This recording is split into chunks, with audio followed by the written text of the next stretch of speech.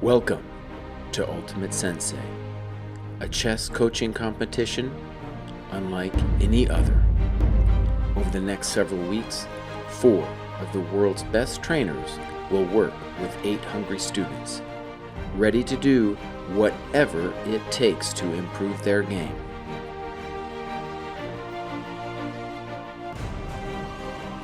Who will work the hardest to improve? Whose methods will prove supreme? And who will become the ultimate sensei?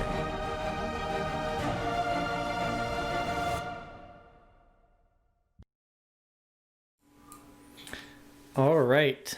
Hello, everyone. Welcome to the first season of Ultimate Sensei, the inaugural season. I'm Sam Copeland over here. We have a lot of cams. And we want to take a moment to introduce Ultimate Sensei. Here we have Jesse Cry above, who will be the main commentator here for Ultimate Sensei. And right below me here we have Kostya Kavutsky. And we also have 4 incredible coaches who we will introduce here in a moment. Who would like to introduce the format here first? Kostya or Jesse? Who wants to jump in? Oh, I guess I'll do it. I mean, this is so exciting. Thank you, everyone, for joining us. This is going to be a really amazing show. I think the tournament is about to get started. We're going to be doing an initial rapid tournament for the 8 students that are participating.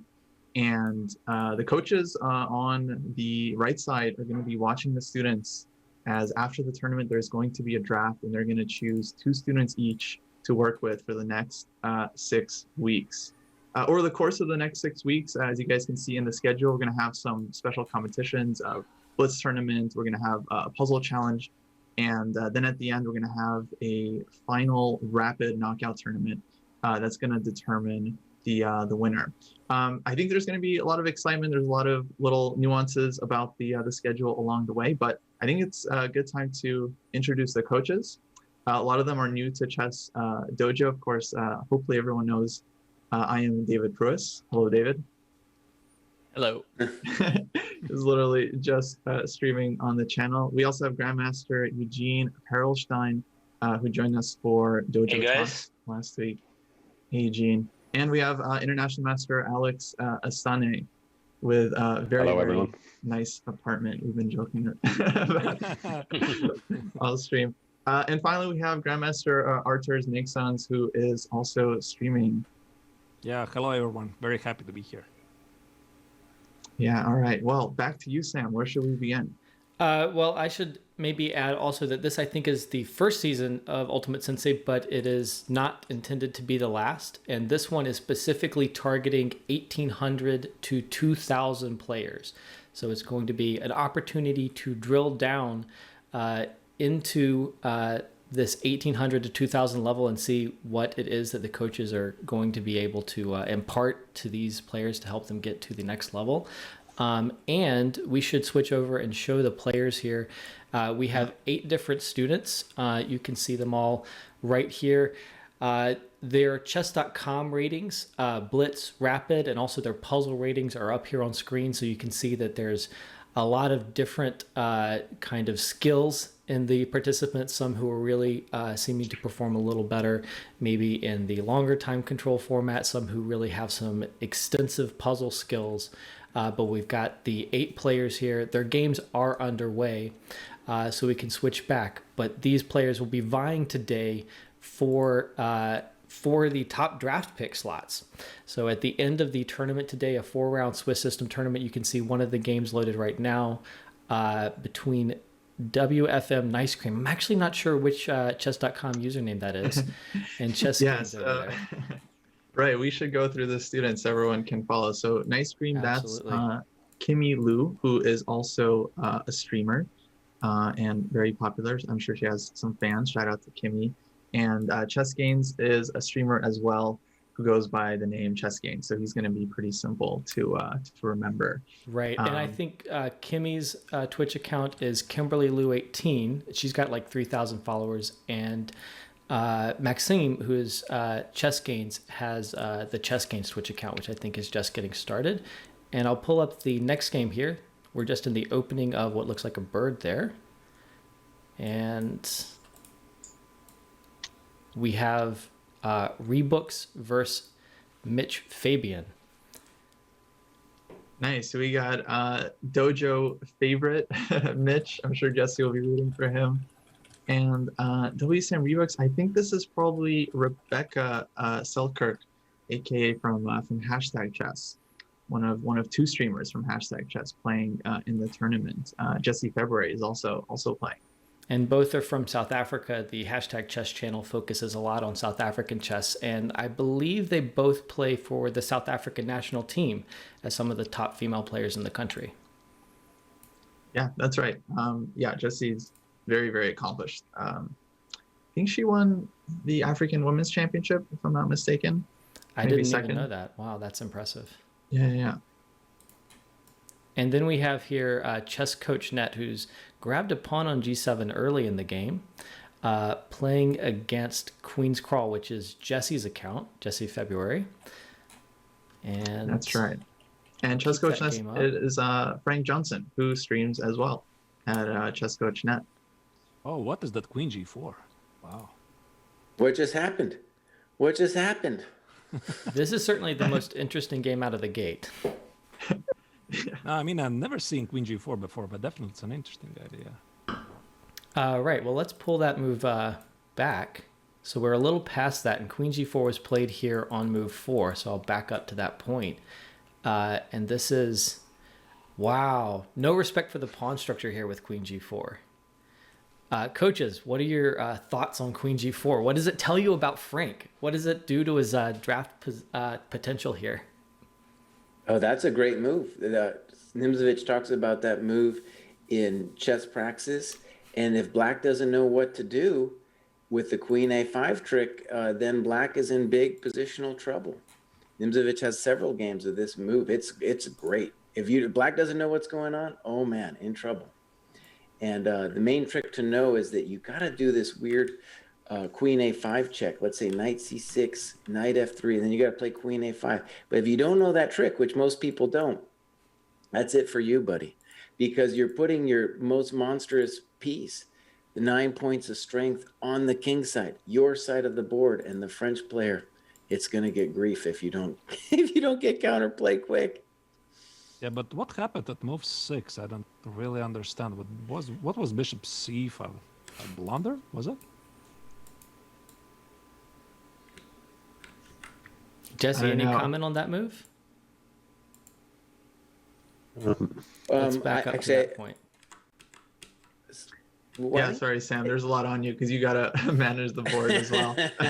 Don't worry, guys. Sam is working on the layout. He's going to fix things. There we go. Nice Mainly, I'm touching up the camera here. We had some shift here because we're going to call that a blunder. We're struggling with one of the cameras, so we'll fix that. But right now, we'll leave the bishop c5 move up on the board. Evaluating the d4 pawn over the g7 pawn here.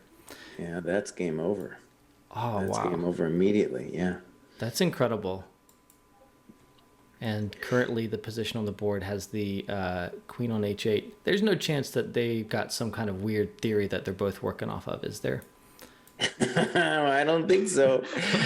Last Sunday, me and Kosti were looking at a game that we thought was just being played by fools, and then it turned out it was all theory. So you never really know. You never really know. It was all Nakamura Duva from the Grand Prix. That was incredible. Yeah, you never totally know for sure. Yeah. All right, so tell me which game we want to go to next. And we'll pull that up and focus in on that while I touch up the cams, because we lost Eugene. First we lost, I think, Jesse, and then we lost Eugene, and we're going to fix that. I think he's back. I think we can... Oh, there, I'm back, yeah. All right, guys, I'm back. Eugene's back, okay. Here we go. Oh, no worries. No worries. Guys, you know, it's going to happen. We're going to mess up some cameras. That's why we have 7 people, so that there's always someone going to be around. So always someone. Yeah, just assume we're on it throughout the show. Okay, and let's switch over to the last game, I guess, that we haven't looked at here, which is D. Mize here versus Ponziani Master, giving away his opening prep right there in his handle. And Kostya, could you introduce these players?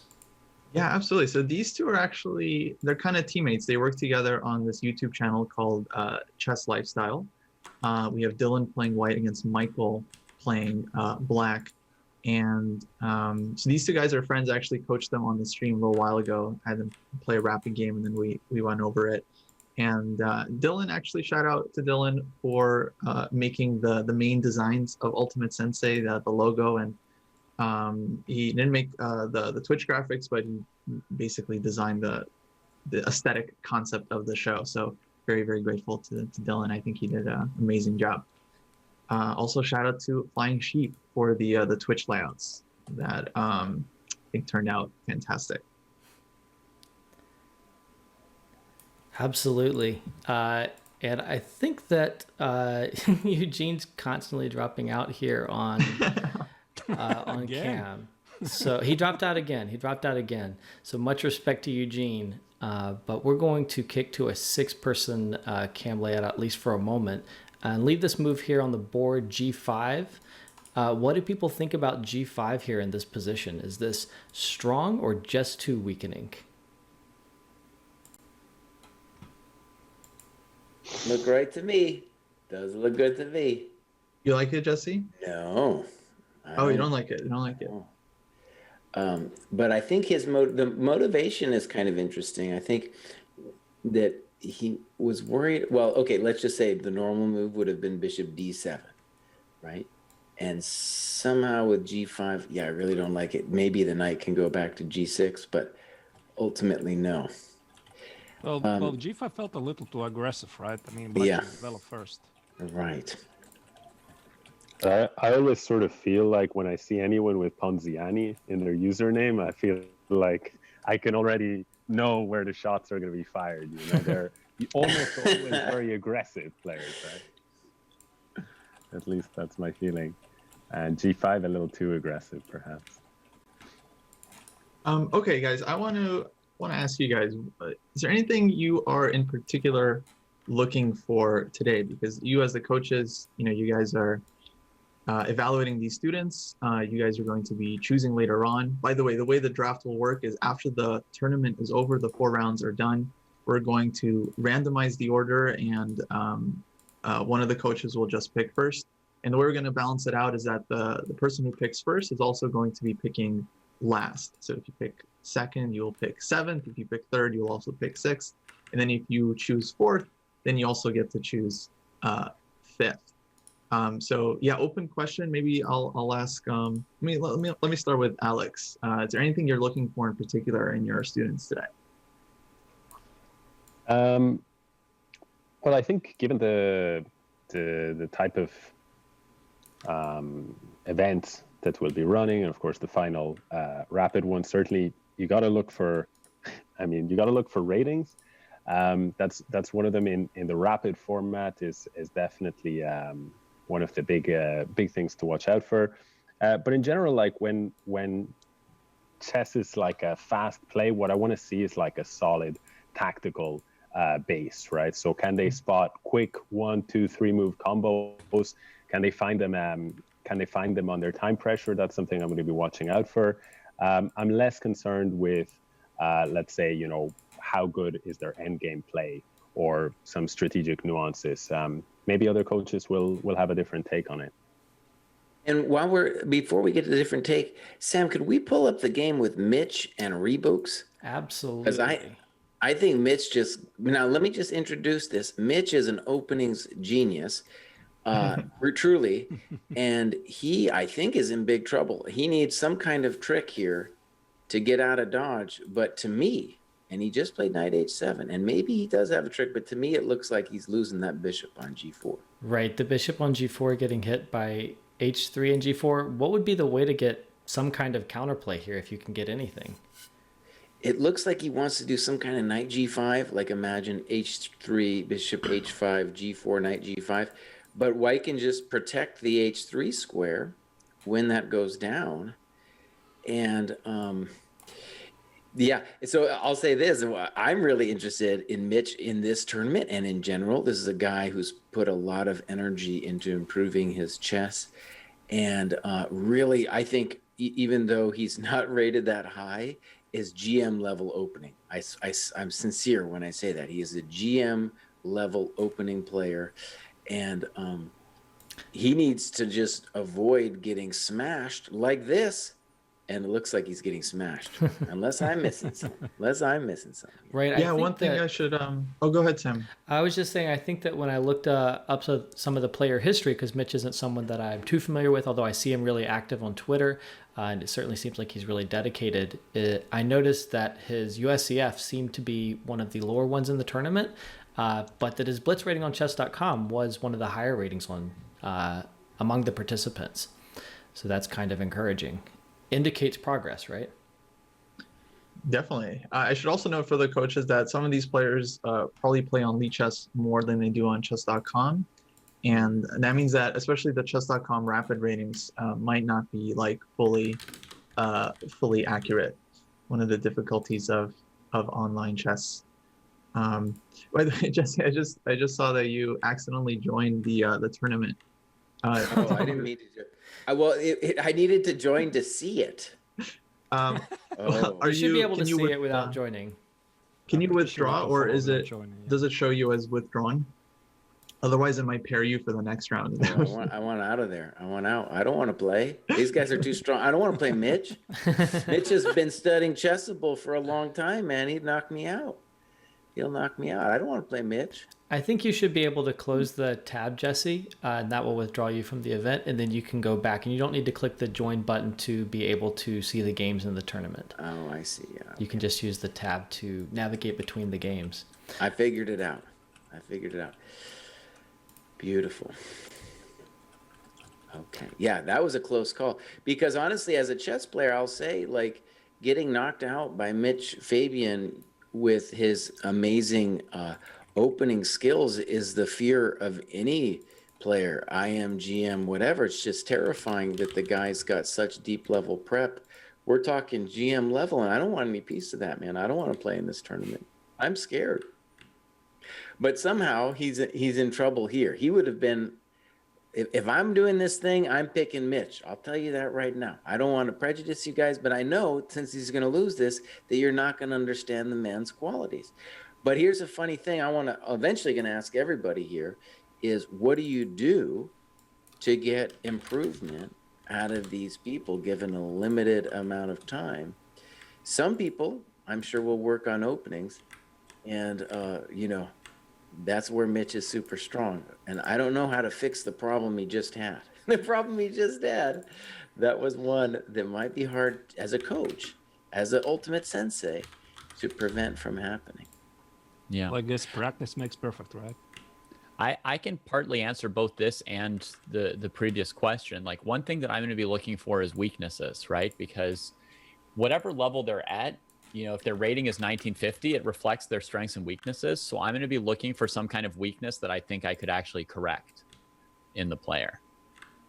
So that would, if I see that they've got some kind of weakness that I think that it would not be too hard to change, then that gives me hope that, we could move their level up pretty quickly. That's a good idea. Yeah. We do have a result. It was expected. Queen's Crawl lost because she lost that pawn on G7, and it was instant death.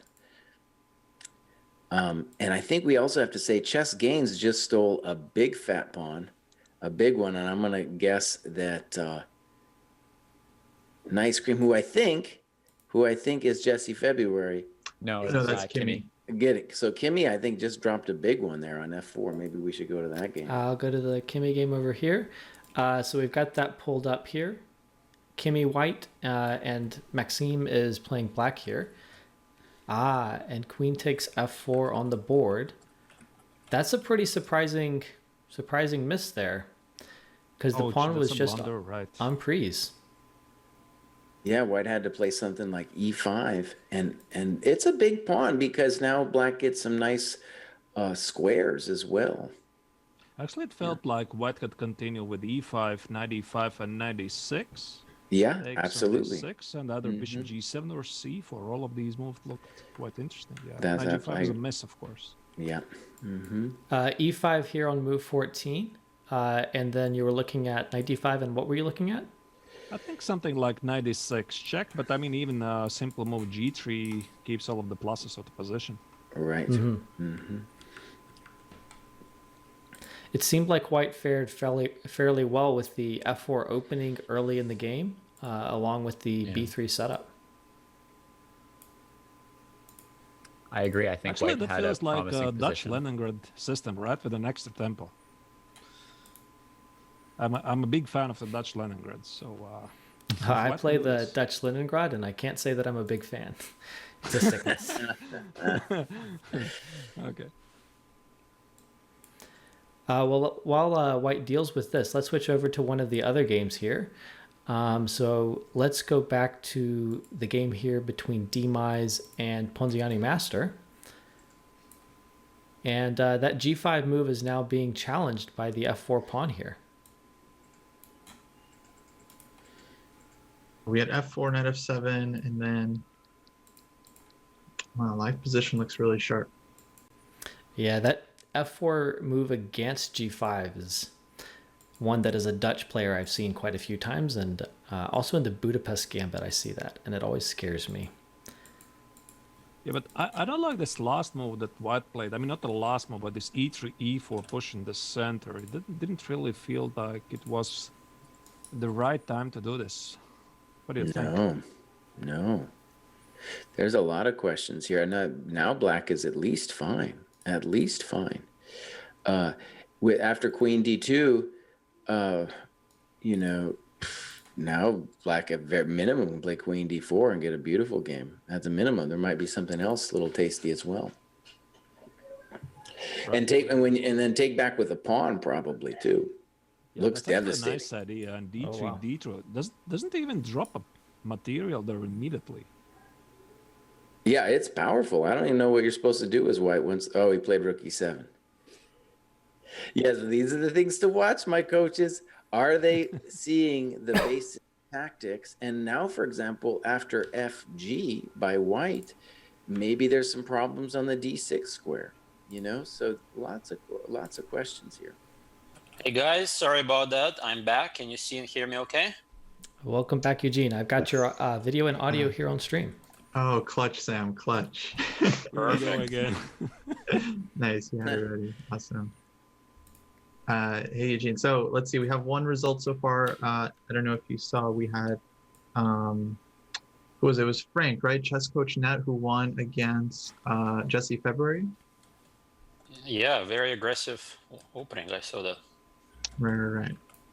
Frank is one of the few players on my side of the country, so he's at least lived in Atlanta for a long time. One of the few big chess scenes around me, because I'm in South Carolina, next to Georgia. And I've seen him at over-the-board tournaments, and he is one of the most aggressive players I've ever seen. Seeing him play Queen G4 that early in the French did not surprise me at all. That fits entirely with everything I've seen from Frank. Nice, taking out the classics. So Frank, I believe he's the oldest participant in the event. I wonder if he's bringing out some classics, like he thinks people haven't studied their Nimzovich. Get some edge. He's one of the oldest participants and also one of the highest rated, I think, right? He does have, or has had a rating over 2,000, I think, for a long time. I think he's been up maybe over 2,100 at some points. How do you kind of weigh that, coaches, when you're looking at players, experience versus kind of, being young and up and coming and just kind of being less formed as a player in a 6-week stretch here like this? How would you value the experience versus kind of the youth factor?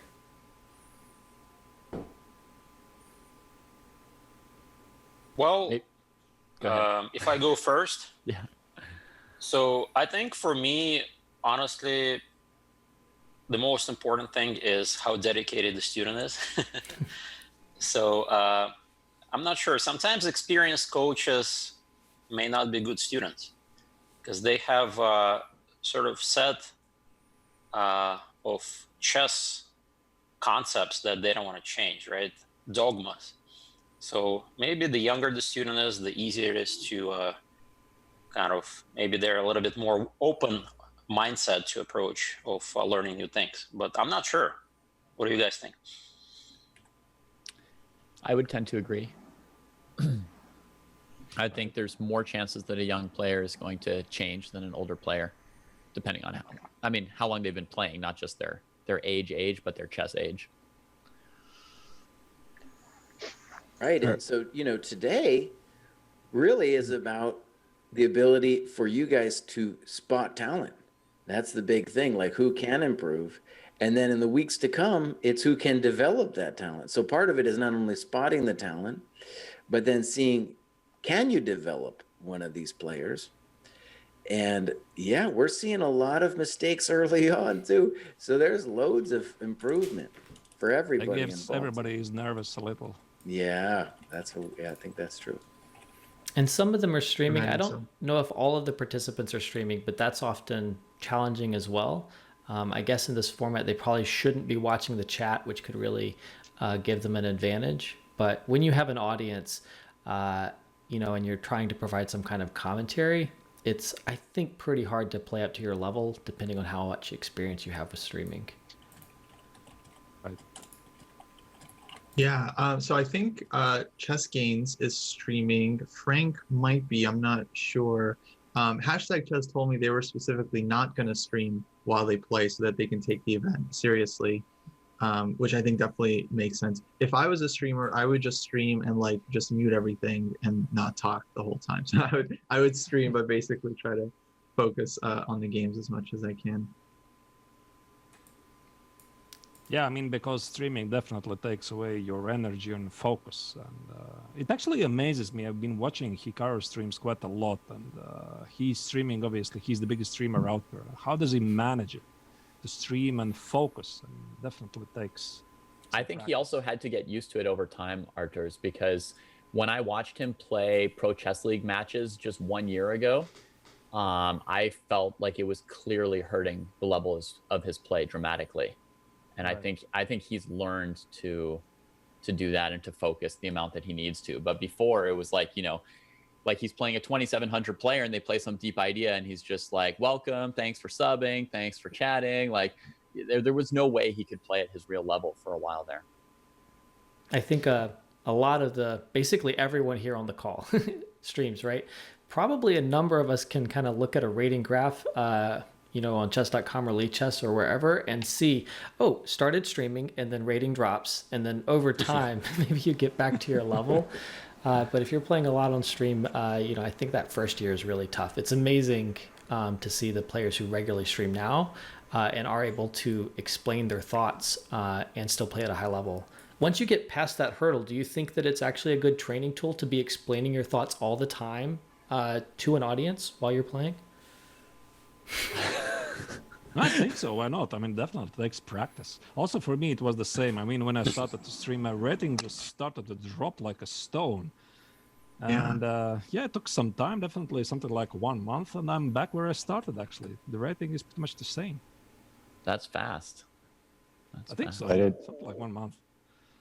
It seems, though, that nobody told Jobava this handicap that you get when streaming, because he made his stream debut and won the title Tuesday, I believe, quite recently. He didn't know that, apparently. Yeah, he was... it was about maybe a couple of weeks. It was the last title Tuesday, was it? Or I believe so. Maybe somebody else knows. Last week, right. Yeah, I can't remember which one it was, the last week or the week before. No, last week, because this week was won by Fedoseev, so I know it for sure. I think he started streaming a little bit before that, but this was like his first competitive tournament that he streamed. Ah, okay. Sorry, yeah. And afterwards, actually, he was... he might be a little bit biased after this big result, but he was saying that he felt streaming actually improved his play, maybe because you have this crowd behind you or something. Does anyone have that feeling as well when they stream? Like you kind of have this, like you get this extra energy of people rooting for you? I don't know. Not so much. Not so much. Hikaru has explicitly said that at some points. But I think Hikaru and Jabava are the only two players I can think of who have said something like that. It seems like Alex is the only coach here who is going to advocate streaming during the contest. Everyone else is going to say, stop streaming while playing in future weeks. You guys, we have a result. As predicted, Rebooks has beaten the famous Mitch Fabian, a huge loss for the young Mitch Fabian, the very young Mitch Fabian.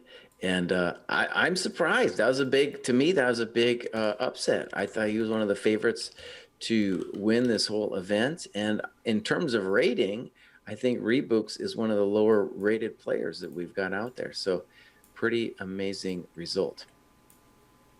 Wow.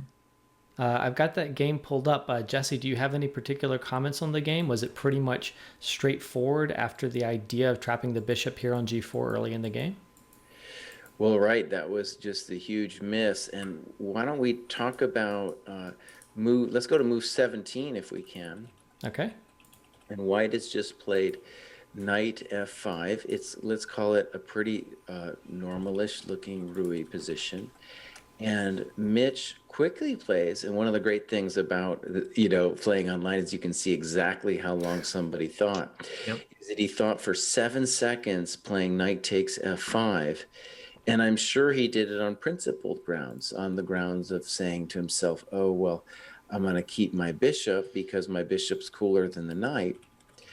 When in fact he really needed to play bishop takes, because after knight takes, the bishop is toast. And that was the deciding factor, decision in this game. Because after that, it's just, you're just hoping to slime.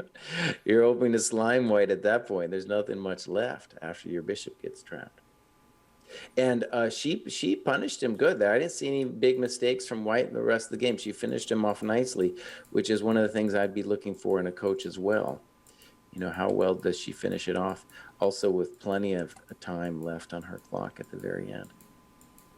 Fantastic use of the G file, just crushing play from white, it seems.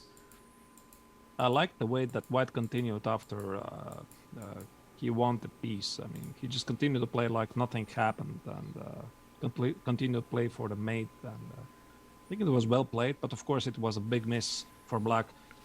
Take with the knight on f5, not for the bishop, because I thought that after the opening, black was doing very much fine. Yeah. Kostya, tell us, I don't know much about Rebooks. Who is she? And I know she's from she's part of the crew with Jesse February down there in South Africa. And they're streaming together, right? Yeah, they stream quite frequently. That's right. I don't know too much about their chess, to be honest. I know Jessie February because she works with us at CoChess along with Alex as well. And I know she's a coach. But Rebecca, I actually don't know much about her, to be honest. So this is my first time seeing her play. I think that they've been friends for a long time. At least that's the impression one gets on the channel, where they collaborate so often on the hashtag chess channel that they bring in a lot of players from South Africa and from Africa in general. So if anyone's interested in the kind of under celebrated in the chess community scene in Africa, then you're able to get a lot of exposure through the hashtag chess channel. Oh, nice. Very cool. So let's switch over to one of the two games in progress. Let's go to Kimberly's game against Chess Gains here. Oh, they're in time trouble. And white is a very interesting position. 2 minor pieces versus a rook and a pawn. Very nice position for white. Yeah, white kind of for the rook. Fought back in this one, right? This is where she blundered that f4 pawn. No, that was a different one, wasn't it? No, this is the same game. Oh, I think it's the same game. Oh yeah, you're right. Yeah. White, yeah, she fought back fantastically. Yeah. I'll tell you what, if I was a potential coach, I might pick Chess Gains just because of his picture. I see that picture and I'm just really intimidated. I see that and I'm just like, oh man, I don't want to meet that guy in some back alley or anything. I want no part of it. But I already see a possible topic to talk with. For example, whoever is going to work with Chess Gains, if you go to this move, whichever was it, 19th, 18th move when black played knight takes on g4. That was an apparent miscalculation based on the fact that black did not anticipate white's 21st move rook h to g1.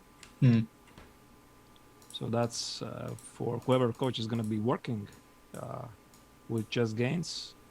That's an interesting topic to cover. That continuation looks so good at first. Yeah, he's a pawn grubber. He's a pawn grubber over there. Yeah. And then I guess the point here is if like bishop h6, then you have bishop takes g7 in that position. Yeah. Mm-hmm. It's really so obvious. It felt that black still should have done this, right? Bishop h6, bishop g7, bishop g7. Ah, the knight on d7 is under attack. Okay. So many threats for white. Right. In general, Kimberly seems to have a very, very active style. You know, they've got 14 seconds each in the live position. Well, we should go there, definitely. Here we go. With pieces flying. All right. So it looks like Michael won his game, Ponziani Master. Okay. So we'll have to follow up with that. Well, we may not be able to because this is going to be the last game. So as soon as this game finishes, the round will be over. So we'll stay in this game while we're watching the time trouble.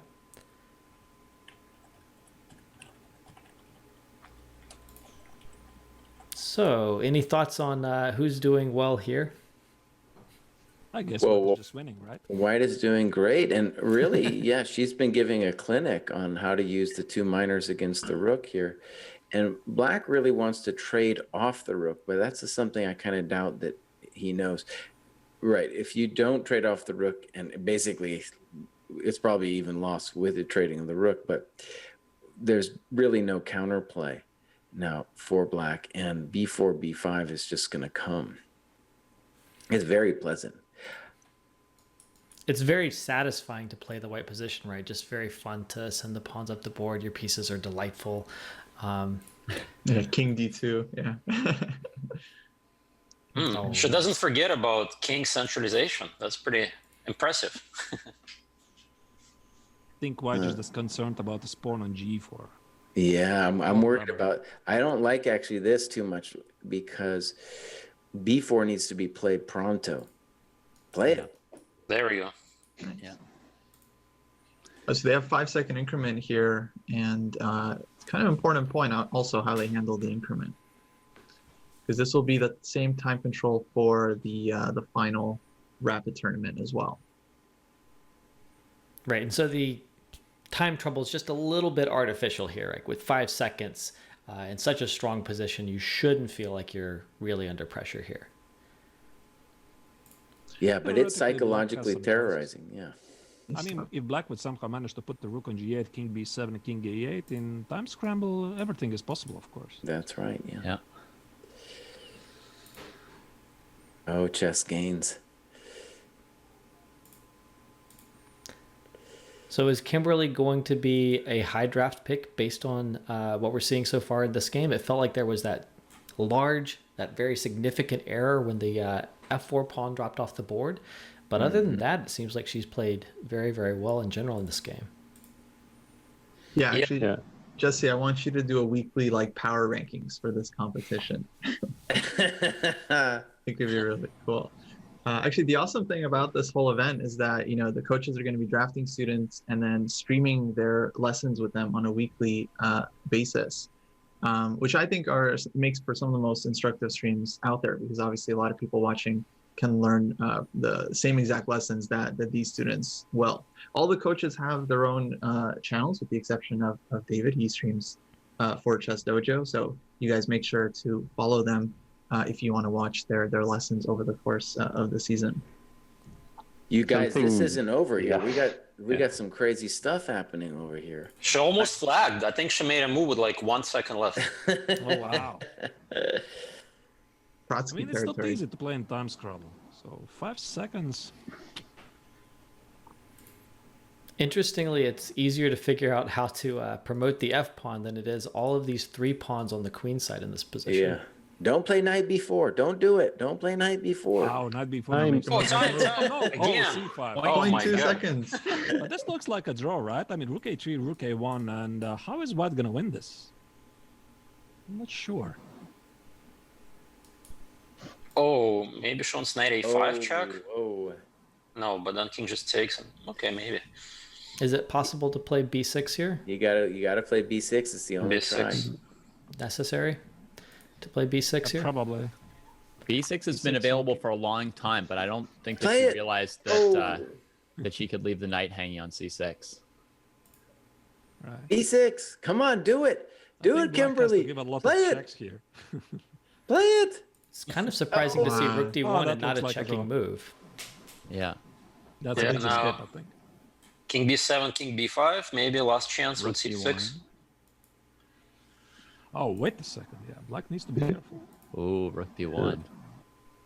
Yep. Nice. But now, as long as you keep pinning, Yep. Can the king go to d6, knight to d5? Yeah, and then the black rook needs to defend from d1, I imagine. I actually had this ending once, and I didn't understand it at the time. b7 definitely probably incorrect, but if you get the 2 pawns to the 6th, what my understanding is it's then winning. If they're just on the 5th, it's a draw. Now, of course, it's a draw with rook takes c6. Oh, he's fighting for it. He saw. Okay, so it's a draw. Yeah. still draw. Yeah. Yeah, knight a6 wasn't required, but okay, I mean, it was a tough game. Chess games, fighting spirit, man. Fighting spirit. You wanted to keep going. I mean, when you're wearing sunglasses like that, man, you don't want to mess with the god.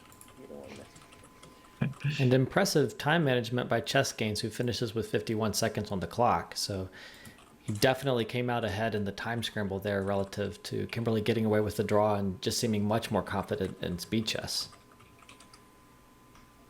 I like kind this of- game the most. I mean, from That's all of the interesting. games I've seen so far. And the next round is underway. I feel that we had the one game that finished relatively early last round, where I think it was Jessie February didn't get to display her skills. So let's go there first. And she has white here in this round against Demise. So we've got that game up here on the big screen right now. Cool. Yeah, Dylan here. Yeah, last game is interesting how Kimmy, I mean, chess games played really quickly to finish with 50 seconds, but Kimmy was able to like use literally every single microsecond of her time and not flag, which I wonder if she's comfortable doing that. I haven't seen her play a lot, but maybe she's experienced blitz player. I've seen her play Hyper Bullet.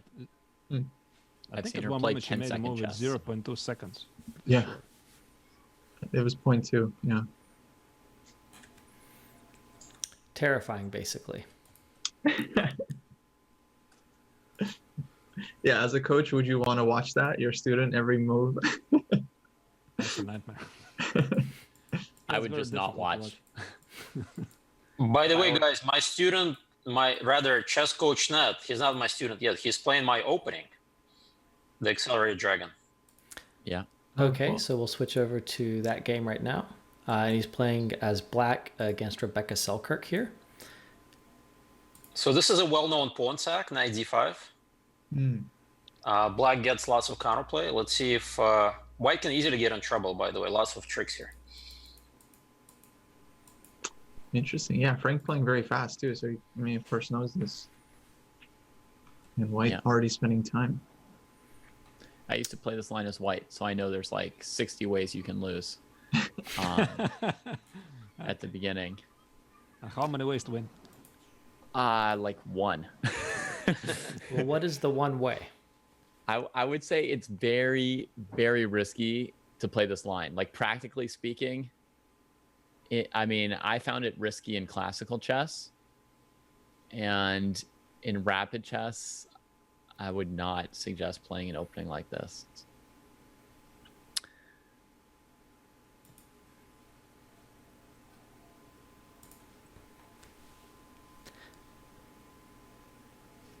Yeah, castle queenside for white is not recommended. Well, what's the alternative? Oh, Oh my speak of the god! devil. Uh-oh. Just as you say it, the move is on the board here. That's like bad, right? That's very bad. I mean, I'm a GM. I don't know this line. Is this acceptable? I wouldn't recommend it for white. I would say I think it's playable as long as you don't castle queenside. I'd say it's kind of like a sub 2400 tier opening. Well, white. what should you play instead of castling queenside? Like, You can play bishop Bishop c4 on move 11. yeah, Yeah, And bishop then after c4 black is the castles, simplest, and then and then after castle. black castles, you castle kingside. If they ever take on b2, you have bishop b3. So what black's going to do is they're going to attack the e5 pawn,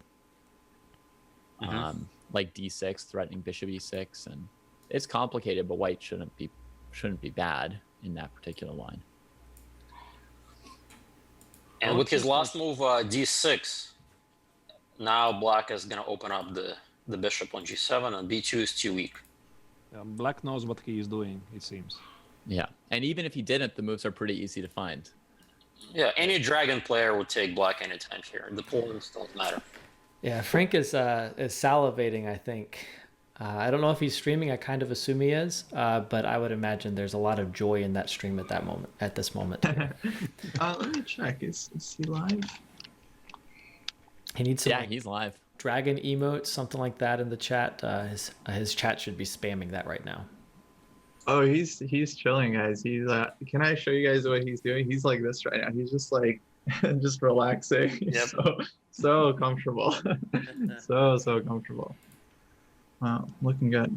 He's probably had this position on the board many times before, one assumes. So he's not really thinking yet. I mean, he's up 16 seconds at this point. Wow, super fast. His moves look very obvious. Bishop e6, d6, queen goes, over a5, rook f to c8. Not very difficult to play it wrong, right? From black's perspective. And white needs to be very careful. At this point, the opportunity to be careful is gone. That's gone. There's no more careful. Okay. Sam, let's go briefly to the game with Chess Gains and Mitch Fabian. Mitch, of course, is our opening maestro, and a hilarious thing is I can tell that Chess Gains watched my video on how to, it's called an endgame repertoire for black. I did a couple. I still have to do part 3. And it's funny because I know Mitch probably studied it as well. Just a very simple setup for black, and honestly maybe something that's good against a guy like Mitch because the play isn't incredibly forcing or anything like that. And b6 is just, there's more than one plan for black, but b6 just has the long-term thought of playing a6 and b5, and it's hard to know what white is supposed to do. And bishop g5, not the strongest, but it's also just hard to know where white's supposed to put his pieces. So I think that's kind of cool that we have some dojo openings going on here too. Gains. And this game, you know, for me is the most interesting just because if I were picking today, I would be thinking about either one of these guys just because Chess Gains has the glasses and because Mitch has the openings. You know, those would be the Just trying to impeccable remember logic. I'm trying to remember what was the main continuation here. I think it was something like bishop a2 for white, and as soon as black plays a6, b5, then a takes, and b4 for white. Was it like that? I mean, this idea to play b2, b4. That's totally possible. And actually in the video, I recommended not playing queen c7, leaving it there for a while. And one reason is actually precisely because it's not clear it actually belongs on c7. And you see it in a position like this where the bishop on g5, it's not a great bishop, but it's making our knight on f6 a little bit uncomfortable. So leaving the queen on d8 takes away a lot of the sting of several positions. And I think also it makes our b5 fast enough that the bishop a2 thing you just mentioned isn't quite as nasty. And what's the name of this opening setup? It kind of looks a little bit like a Philidor defense to me. Well, that's a funny. funny thing because when I was a kid, it was called the Philidor, but now Simon Williams did a series of videos where he called it the Lion. He rebranded it from the tame sounding Philidor to the aggressive sounding Lion. And even on chess.com now, if you look up games that happen in this variation, they also call it the Lion. So that's changed in my lifetime. Simon is great at rebranding things and branding things, naming things in general. Yeah. And is the move Rook E8 recommended by you? The idea of Bishop A2 would never have occurred to me. Like, I'd see that recommendation from the computer and be like, what are you smoking, computer? The idea, traditional idea. I just remember this B4 idea, and that's it. I mean, A6, B5, Bishop A2, takes, B4, and Bishop B3. And for some reason, White is better. But I mean, and also, just in general, the bishop on C4 will eventually get hit by something. So you just want to get it out of the way. Yeah. And Rook E8, totally normal move. And it's going to make more sense to play Rook E8 when there's a piece on G5. So you just don't have to worry about Knight G5 as much. No bishop takes F7, Knight G5, or Knight G5 right away. Or there's no weird stuff, yeah. Well, why don't we go to one of these other games? And I'm going to say I love Chess Coach's game where we had the Accelerated Dragon. By the way, guys, if you're listening and you want a cool opening, the Accelerated Dragon, very simple to play. We have Vishnu, I think in chat, he's been playing the Accelerated Dragon. And our very own Eugene Perelstein joining us today, the master, the true master of the Accelerated Dragon. So we have a real expert on our hands with that opening. I can tell you a little story how I learned the Accelerated Dragon. Okay, tell us the story, Yeah, so all my life I was a dragon player. And when I met my, I guess, first serious coach, Roman Djindjikhashvili, or as everybody calls him, Djindji, he introduced to me this idea of the Accelerated Dragon, where a lot of people who want to play the Yugoslav attack, the F3, Bishop E3, Queen D2, Castle Long, for White plan, they actually fall prey to probably a number of traps when Black keeps the pawn on D7. So I won a lot of games using that little setup. So that's how I got to learn the Accelerated Dragon, and later I used it in my own games with great success. And we co-authored a whole repertoire chess openings for Black Explained, in where we recommend that's our main opening against E4. Yeah. And also, if you just look at the database, a lot of people, for example, would be afraid. Some people, when they talk about the Accelerated, think it's the drawback is that you face the Maroczy bind.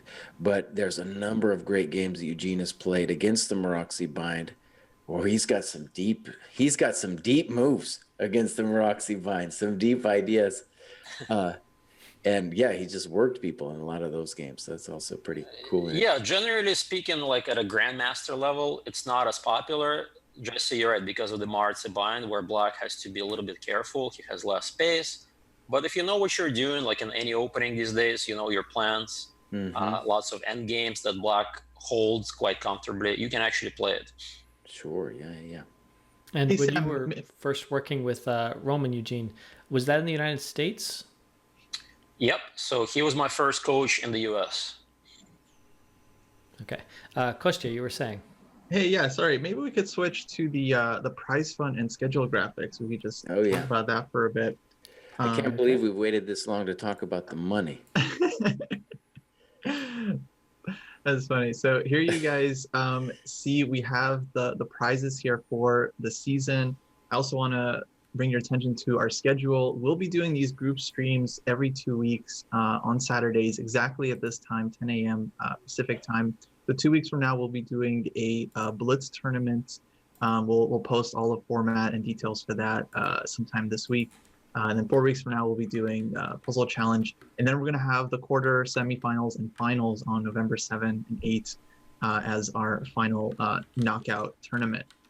Now, the prizes for that knockout tournament, you can see on the left side for the different teams, 1 through 4. And the interesting thing here is that it's not like a regular knockout tournament where first place takes everything. It's more actually about the cumulative score. So what we're going to do is we're going to play out all the matches, meaning once someone gets knocked out, they're going to go into the elimination bracket. And we're going to determine places 1 through 8. And that means first place will get 8 points, second place will get 7 points, third place 6 points, and so on. 8th place will get 1 point. And then the team score will be the 2 players combined together, and that will decide which team actually takes down first place. That means even if one of your students gets first, it's not a guarantee that you actually win. So a coach that has 2 successful students will do better than a coach that only has 1.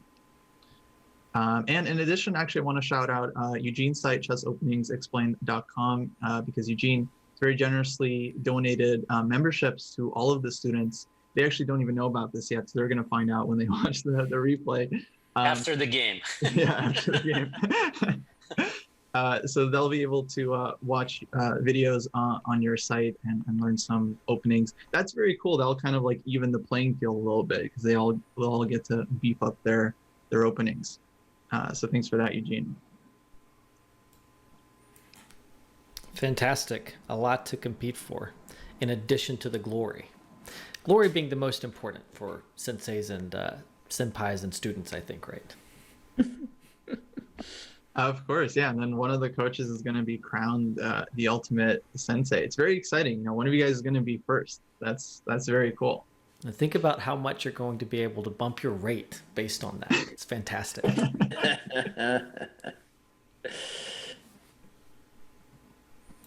I just switched back to the game here, and there is a bishop on b3 in this position. Kind of a weird move, honestly. I didn't get it. You could imagine if we go back one move, the bishop was on a2, and black, I think a consensus is black is doing great, and I would say the default move would be probably something like bishop c4. What I don't understand about bishop b3, and maybe someone can enlighten me here, is just like, is black threatening something? I'm not sure. I don't get it yet. So white probably wants to play king b1 anyway. And right, I don't see what the deal is yet. Maybe the idea is to play queen c6, queen a4. Good. And then, but white's going to play king b1 here anyway, I would think. You know? Yeah. Yeah, now king b1, although she played played h5. h5. I don't know about that move. Might also be plausible. But right, your queen c6, a4. And of course, black could have started with queen c6 instead of bishop b3. So, oh, he's going pawn grabbing. Queen g2. Whoa. What do we think of that move? Which is actually another attack on c2, so it may not be so bad. It's a It tempo. might not be so bad, yeah. The goal is rook It's a c2. good move, actually, because rook d2 is impossible because of queen h1. So h5 felt like a slightly hasty move. But like chess gains, he's opening up the g file, and white could think about, for example, bishop c3 here. Mm-hmm. If queen d2, can black play queen h6? Bishop h6, yeah. Bishop h6, that's a Yeah. thought, yeah. Mm-hmm. So Very after beautiful. bishop c3, by the way, can we make some beautiful sacrifice? Rook takes on c3, b takes on bishop a2. What about this? And rook b1 checkmate. Oh, very nice. Very nice. Let me put that on the board. And then the quiet move, bishop a2, trying for rook b1 And mate. this might happen because we have bishop c3 on the board. Wow. Sure, it's tempting. I don't know if it works or not, but I would think about this. And is bishop e2 in that position? I mean, rook takes on c3 right now, and bishop a2. You can play queen takes e2, queen takes bishop h6, check rook b1 mate. Oh, he did it. Beautiful. Rook c3 Beautiful. on on the the board. board, nice. Oh. Wow. Wow. Okay, so going back to the live position here. Oh my god, this is on the board. So if bishop e2, it's queen takes, right? No, there's... Queen takes what? Yeah. Actually, guys, That's if queen beautiful. takes e2, rook d8, check intermezzo. Yeah. Dang it. I was so excited. But I think if you flip the move order, just bishop h6, it's less fancy, but it looks really Yeah. strong for black. In which move? So instead of queen takes e2 first, you start with bishop h6, and then queen takes e2. And I don't see a defense. Yeah. It's not at all fancy enough, but it looks pretty good. Does look cool. Yeah, nowhere near as pretty. Black won Wow, by should just resignation. resign. But it didn't work though. I don't think any of it worked. Right there. This bishop e2. I don't think it worked. Yeah, I think it works.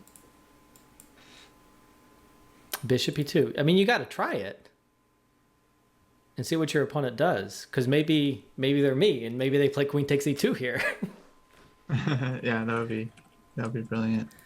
But black actually resigned, or white actually resigned after bishop a2, kind of just accepting defeat. I mean, there's 3 minutes on the clock. It's a very surprising decision. Yeah. If Well, you've got definitely so one, far, it was the best game, right? Again. I think if you've got like 1 or 2 seconds left and you don't see a defense, it's fine. You can like flag or resign, right? But if you've got 3 minutes, I mean, till your dying second, you try and find some way out. One of the Which oldest always pieces of advice I've heard is always think when you think you're winning or when you think you're losing, because the extra time in the bank doesn't matter at that point. So if you think you're losing, you got 3 minutes, right? Why? Well, This is so complicated. I've There's a lot heard here. another rule. I mean, nobody has made points by resigning early. That's easier. Simpler rule. Yeah. Wayne Gretzky. Yeah, right? I thought that was Abraham Lincoln. Oh. Okay. I'm actually flipping on the computer analysis here just to provide the comment after bishop e2. The computer does like this for black, and the move is bishop h6, but it definitely doesn't think that it's quite over. It's suggesting bishop h6, and then you can trade, and you'll throw in rook d8 to avoid mate, and then you'll take on g6 to try for some G6. checks. Yeah. So your piece down, but you got lots of counterplay. Right. And should be good for black, but that's the only move that's recommended here. Certainly other things might happen. And there's at least a game that can play out at that point. Are there any other comments on this game or some of the last moves in this very exciting game before we switch to another game? Yeah. I mean, I just have one comment on the player itself. Like, Chess Coach Net, for me, has been the most impressive in that he's mixed two things. He's got really effective openings. He's caught out his opponents on both games, but also with this game, he showed that he's got a really nice tactical ability, like really nice patterns, quickly played. This bishop a2 idea is really nice. So for me, he's out in the lead at the moment. And he's gambited a pawn in the opening each time so far and seemed to know what he was doing both times. Yeah. I think we should go to the game between Ponziani Master and Nice Cream. Just because the other two games look drier. Oh, go ahead, Jesse. You guys couldn't hear me forever. I was screaming about how White could have played on in that position. I was like, "Hey, don't you hear me? Don't you hear me? No one heard me." I don't know. I had to switch the mic. Anyways, I'm not going to talk about my technical griefs. Anyways, right. That was the Rook D8 thing that I was talking about there. All right. And Mitch won against Chess Gaines. Oh man. Go, Mitch. Let's tune into that game and see What I happened? guess it wasn't dry enough. Oh yeah, there's queen d2. Oh, Just intermezzo. look at the opening, right? I've seen this before. Okay, I've got this game up. Okay, 19th move. Black is still doing okay. Well, After right, he 95. played Rook AD8 on move 22, and that was a clear blunder. Oh, It's funny enough, he thought for about 2 minutes on that move, right? I don't think it was a blunder. He probably saw queen b5, c4, trapping his queen, and so he spent several minutes trying to find some way out. Mm-hmm. And unless you guys know what he missed, 3 minutes, he gave it a good try, and then Got finally he made some move and lost. Oh, you're absolutely right. That's right. There's So, more drama. Mhm. Oh, but listen, I mean, it was quite difficult to spot this. I mean, Black played 20th move, queen a4, and to spot that the next move is going to be b4 and rook a1, and then it's going to be c4. Even very experienced players can miss this, actually. It's a very surprising queen trap. And I think Mitch only found it at move 21. If you look at his time usage, like he hadn't necessarily planned like exactly what the sequence would be, but he had the idea of b4 and he spent some time calculating it. It feels like he's implemented knowledge from the first game about trapping pieces. He's cued into the idea. That's right. Yeah. So knight c5 on move 19 was the actual mistake. In terms of a difficult tactical sequence, that's the most difficult I think we've seen today. What do they have to play? Something like knight f6, right? Or maybe it's the same. Or I think you can think about rook a7 as well. Rook a7, right. But I mean, black should be fine, but yeah, he has to be a little careful. And knight c5 was definitely a very natural move. I can see anybody making that move, Yeah, I'd make that move easily. Yeah. Right. Feels like just if the best move is rook a7, that's not something anyone wants to play. Rook a7 when you're worrying about your back rank. Like you see rook d8, knight takes e5, and you start worrying about your back rank, and then what? You're supposed to play rook a7? I think if you might be able to play rook a d8 too, but that just makes me more nervous. You might be able to do it. I don't know. Mm-hmm. What do you play after knight e5? Knight takes. And knight f3. Knight takes. And then knight f3.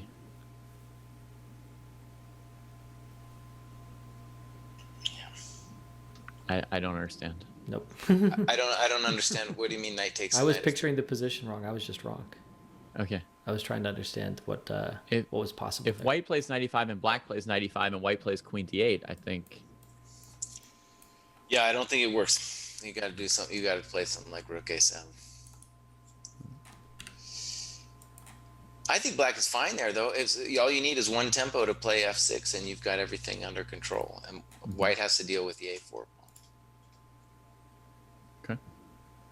I still think that white is better, but probably black, should hold this somehow. One thing I'm hoping that we're going to get is a graphic at the end of this round to get a standings update. Yeah, do a bunch of these games, we'll get a standings update. Actually, I'll get this in now.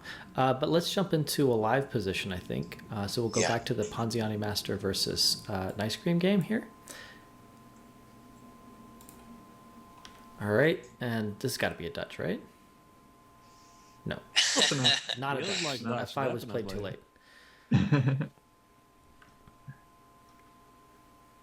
Nah, it's English.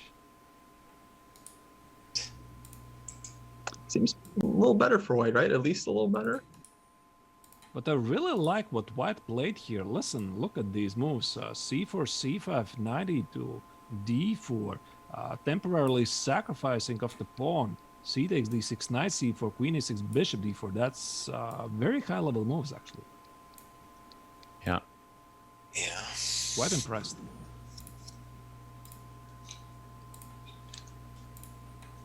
Interesting. Jesse, you had a question for the coaches, right, about how they plan to try to get a lot of short-term improvement, in just 6 weeks. Well, right. I mean, this is one of the things that I'm going to be looking for when you talk about an ultimate sensei. David put a philosophy forward a little bit earlier, which is interesting, which is that an ultimate sensei could identify what each individual student need to work on in the limited time that they have together, and use that to create a much better, more dangerous player. And I think that's a tall order. I think that's a good dream, though, as an aspiration. I don't know how easy that is going to be to, make that happen. But yeah, let me just throw it to somebody. And Eugene, what would you be looking for to fix or work on in any given student? Or do you, like David, think that you can individualize your training program? Yeah, that's a good question. I think I would try to focus on the students' one or two sort of clear weaknesses. Try to eliminate those if we have the time, and play into his or her strength. So if, let's say, they love attacking chess, I want to make sure that they're getting their type of position with the type of openings they're choosing.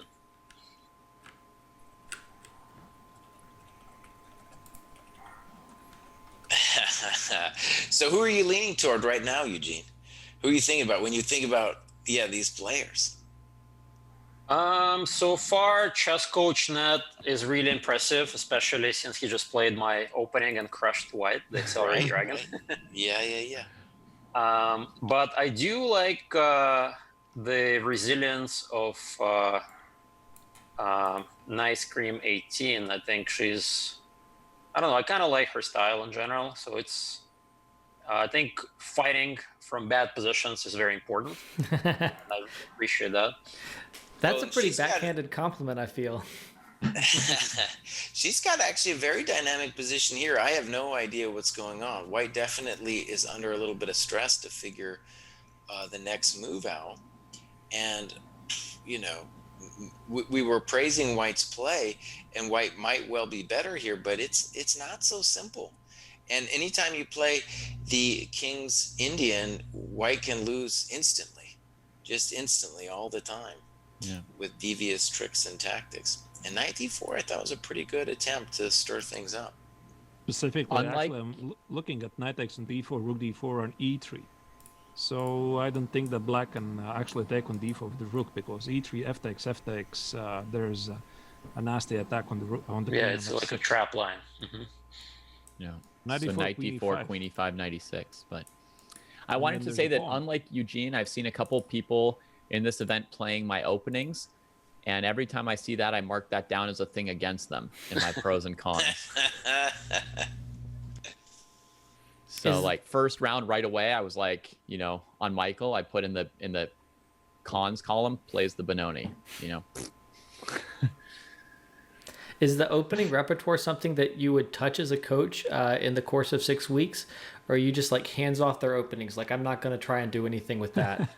If they play my openings, then yes, it needs to change.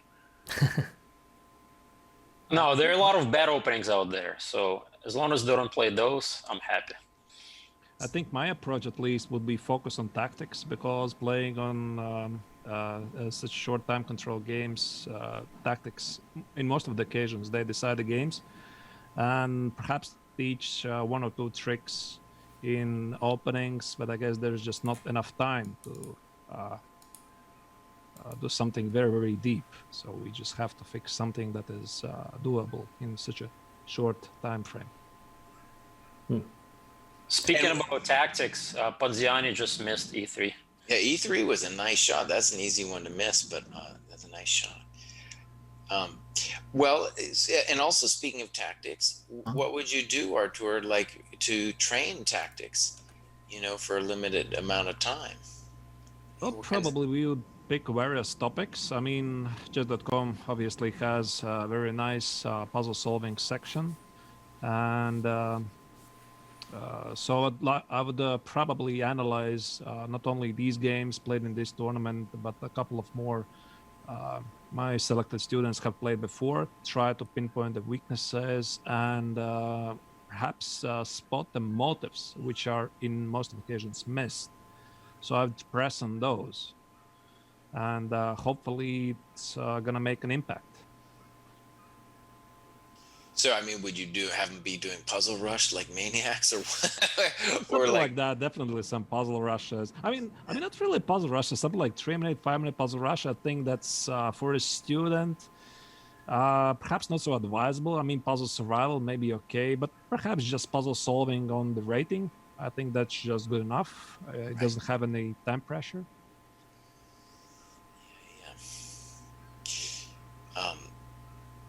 Yeah, Nice Cream, I kind of like this move just in spirit, rook df7. Whether it's good or not, I like the spirit where she's not going to trade off any of her pieces and still wants to crush white. She's still coming for him. She still wants it. I think Black's taking over here, no? Yeah, at least it's you know, Black's going to start pushing stuff pretty soon. Yeah, getting a real Richard Rapport vibe from. That's right. How is black going to make progress then? Like if you're pushing here for black with so much pressure on the f file, how would you try and build up that pressure? King h8, g5, h5, g4, h4, something. I mean, for black, this is very straightforward game at the king side. Everything goes Right. forward. But for Yeah. white, in time trouble, not sure. And black's first move could be bishop f5 to start things off. Right. For white, I would recommend the Kramnik move, queen a1. Yeah, yeah, that's right. Yeah, you want to play queen a1 and maybe knight e5 at some point. That's Kramnik's move, right? I didn't know. Well, there's a famous Kramnik Lecco tactic, right? With the move queen a1. Famous to you, Eugene. I think it's in the Volokitin Grabinsky book. I may be mistaken. Oh, nice. Yeah, yeah. I'll have to pull that tactic up at some point. It's really a cute move. And queen b4 just played. I like queen a1 a lot, especially from a practical point of view, because black's main worry is like that knight e5 landing in some unfortunate way. Oh my god, here we're coming to time scramble. Time scramble, it's pretty serious right now. And it feels like now white is in charge. Yeah, Yep. because black's falling back. Yeah, he's in time trouble. a5, b6. Oh, that's a nice positional move. I love it. I think, yeah, b6 right now, that looks hard to meet. Black will try to meet it with g4, right? Try to meet it with g4, yeah. This is going to be exciting, I think. Yeah. Just intuitively, I think b6, g4 takes c7 should be winning for white, but it's going to be complicated. Our first chance to see somebody play a middle game just off of a 5-second increment. We're going to get a lot of this kind of very quick business. Queen d4 was Nice. well, maybe knight b5 though. I don't know what's happening after knight b5. Oh, knight b5. Oh, knight b5, queen d3.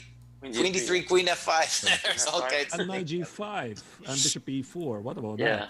Yeah, Okay, that will that's be, right. that's to the, E5, that's bishop to the e4. time trouble. Nice.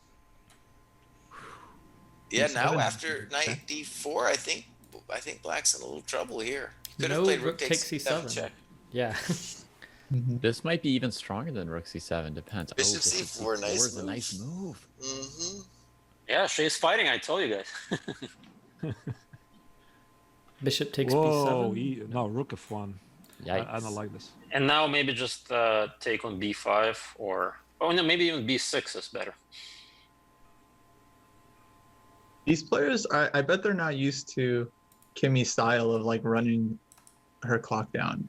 They're probably like expecting her to flag a little bit, Yeah. like when she's getting to like 1 second. Getting into time trouble for the content.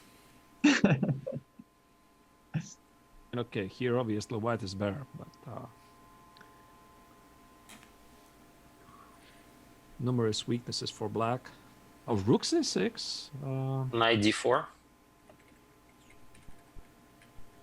Tactics, nice. That's a miss. Yeah. But Kimmy Liu once again showing really nice tactical awareness under time pressure. And she Although didn't knight take takes any. Whoa, yeah, bad pre-move there, huh? But at least she's up on time.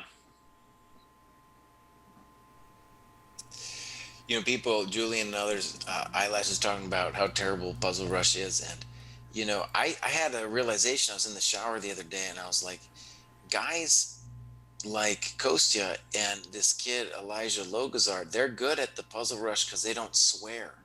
You know, if you swear, you're not going to be good at Puzzle Rush because it's just too infuriating of a game. You know, but if you're a swearer like me, you're just gonna go crazy. It's gonna make you insane.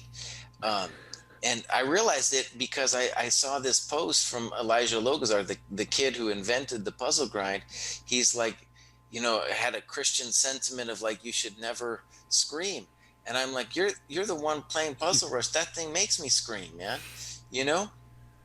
So I'm telling you, it's different, you know, different kind of temperament you need if you want to do that Puzzle Rush. Because to me, when I get one of those puzzles that is clearly right, but then they tell me it's wrong, I lose it.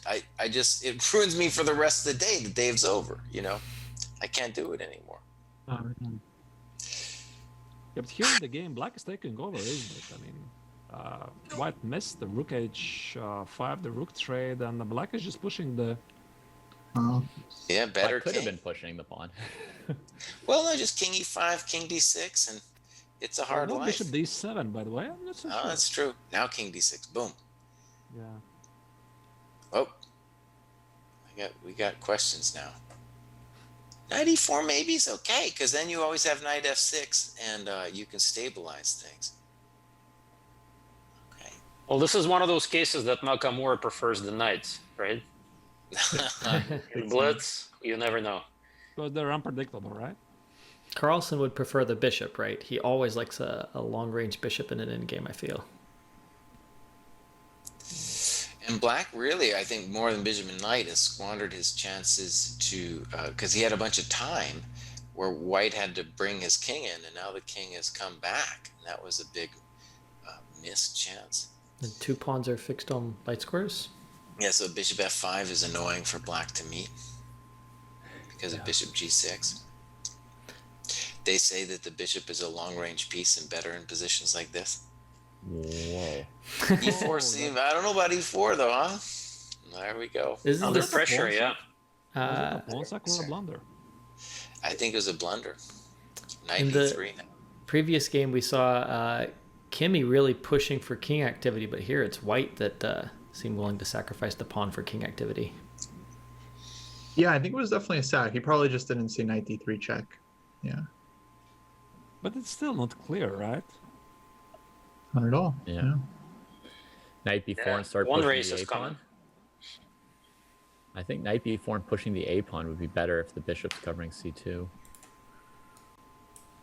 Although knight b4 c3 is... No, not knight c5. That feels... You don't do knight c5, buddy? Why knight c5? Okay.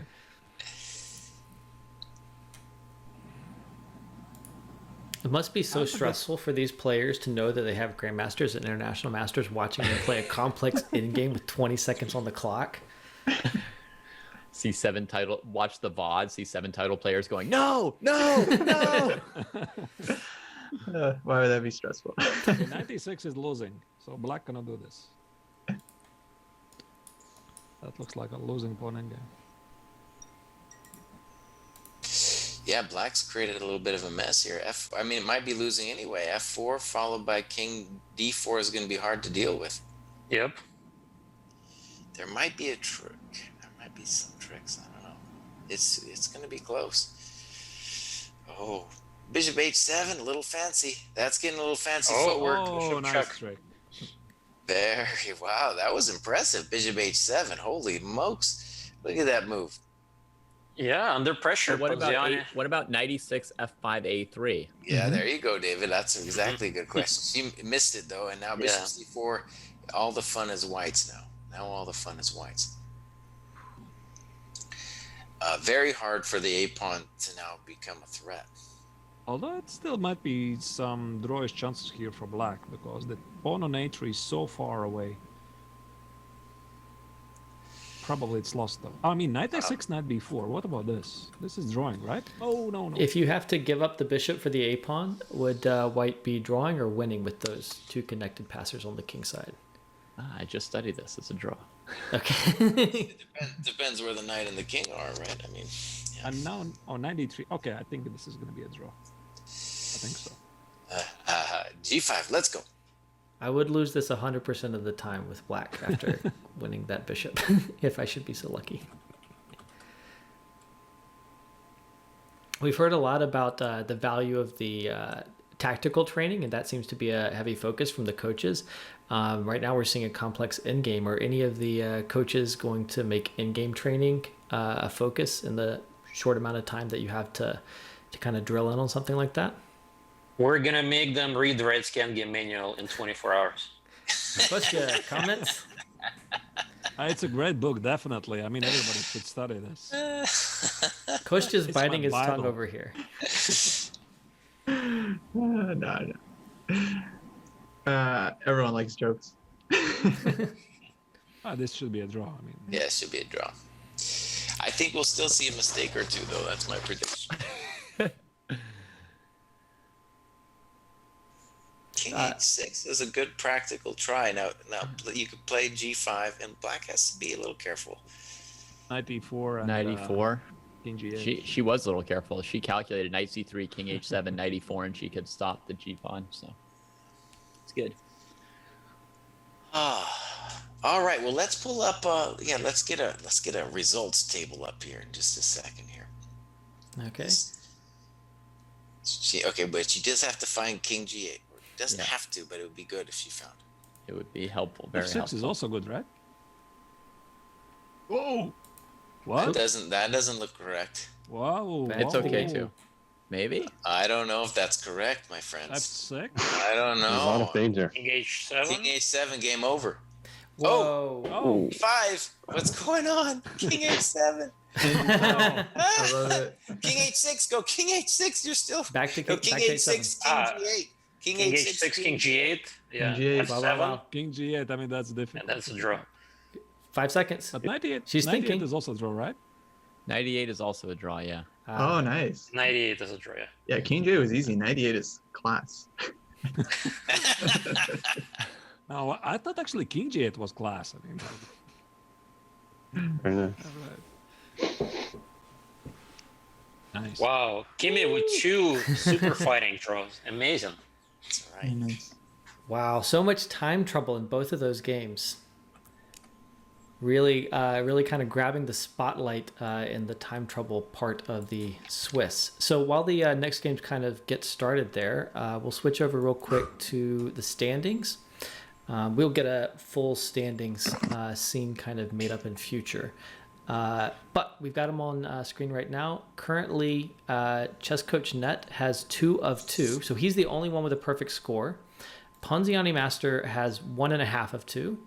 There are 4 players on 1 out of 2, including both members of Hashtag Chess, Jesse February and Rebecca Selkirk, Mitch on 1 out of 2, and Kimberly on 1 out of 2, with 2 draws, 2 of the craziest draws we've ever seen. And then Chess Gains has a draw, and Demise currently has 2 losses. And Jesse Cry withdrew, which is important to note as well. Thank goodness. No GMs in the tournament. I had to join both. I had actually joined a second time and then also withdrew because it wasn't letting me see the games until That's how you lost the second game, huh? Right. That's funny. And guys, we got a poll up for who do the fans think is the favorite. I think about a minute left to vote, so make sure to get your voice heard. Looks like Frank actually the heavy favorite right now. It's 77% of the vote from the chat. Am I seeing it right? There's only 4 people. Go old people. Yeah, there's only like 4 or 5 spaces, so I couldn't put everyone in there. Got it. Poll Oh, limitation. I'm putting chess gains, dude. I'm putting chess gains. Oh, it said something went wrong when I hit That's chess 'cause- gains. That's because Coach already voted on our Because account. they already voted. Oh, my bad.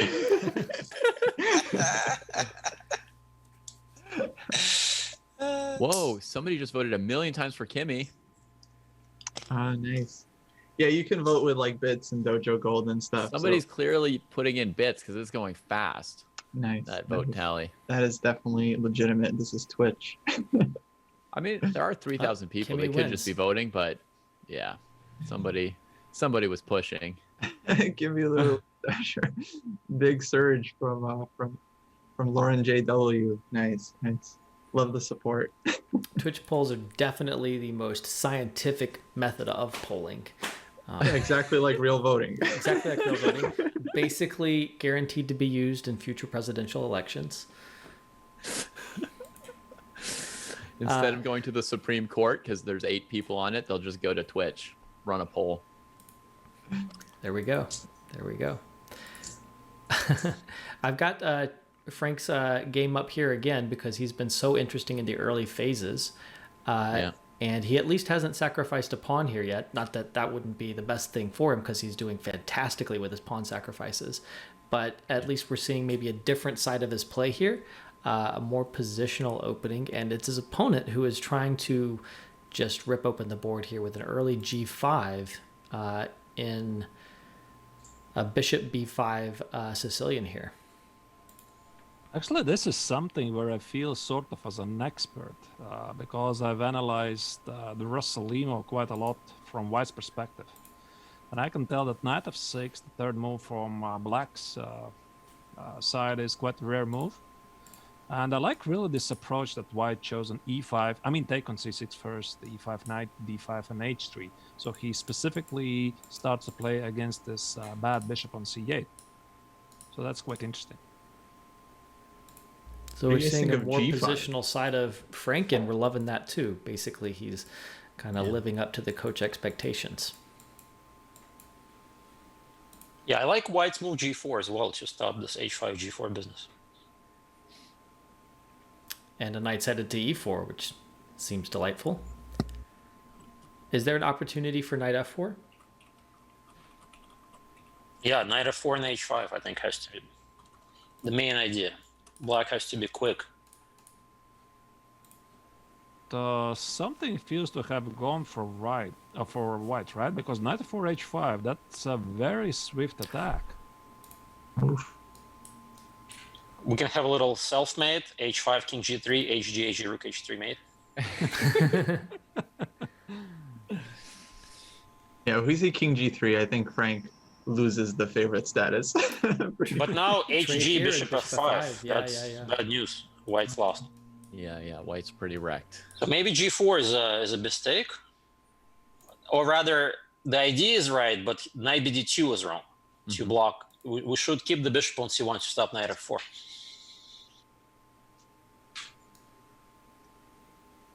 I'm not so sure I like this move g4. Yeah, it definitely feels it's super risky approach. Although in some positions it is a playable move. Maybe he just knew the idea but mixed up.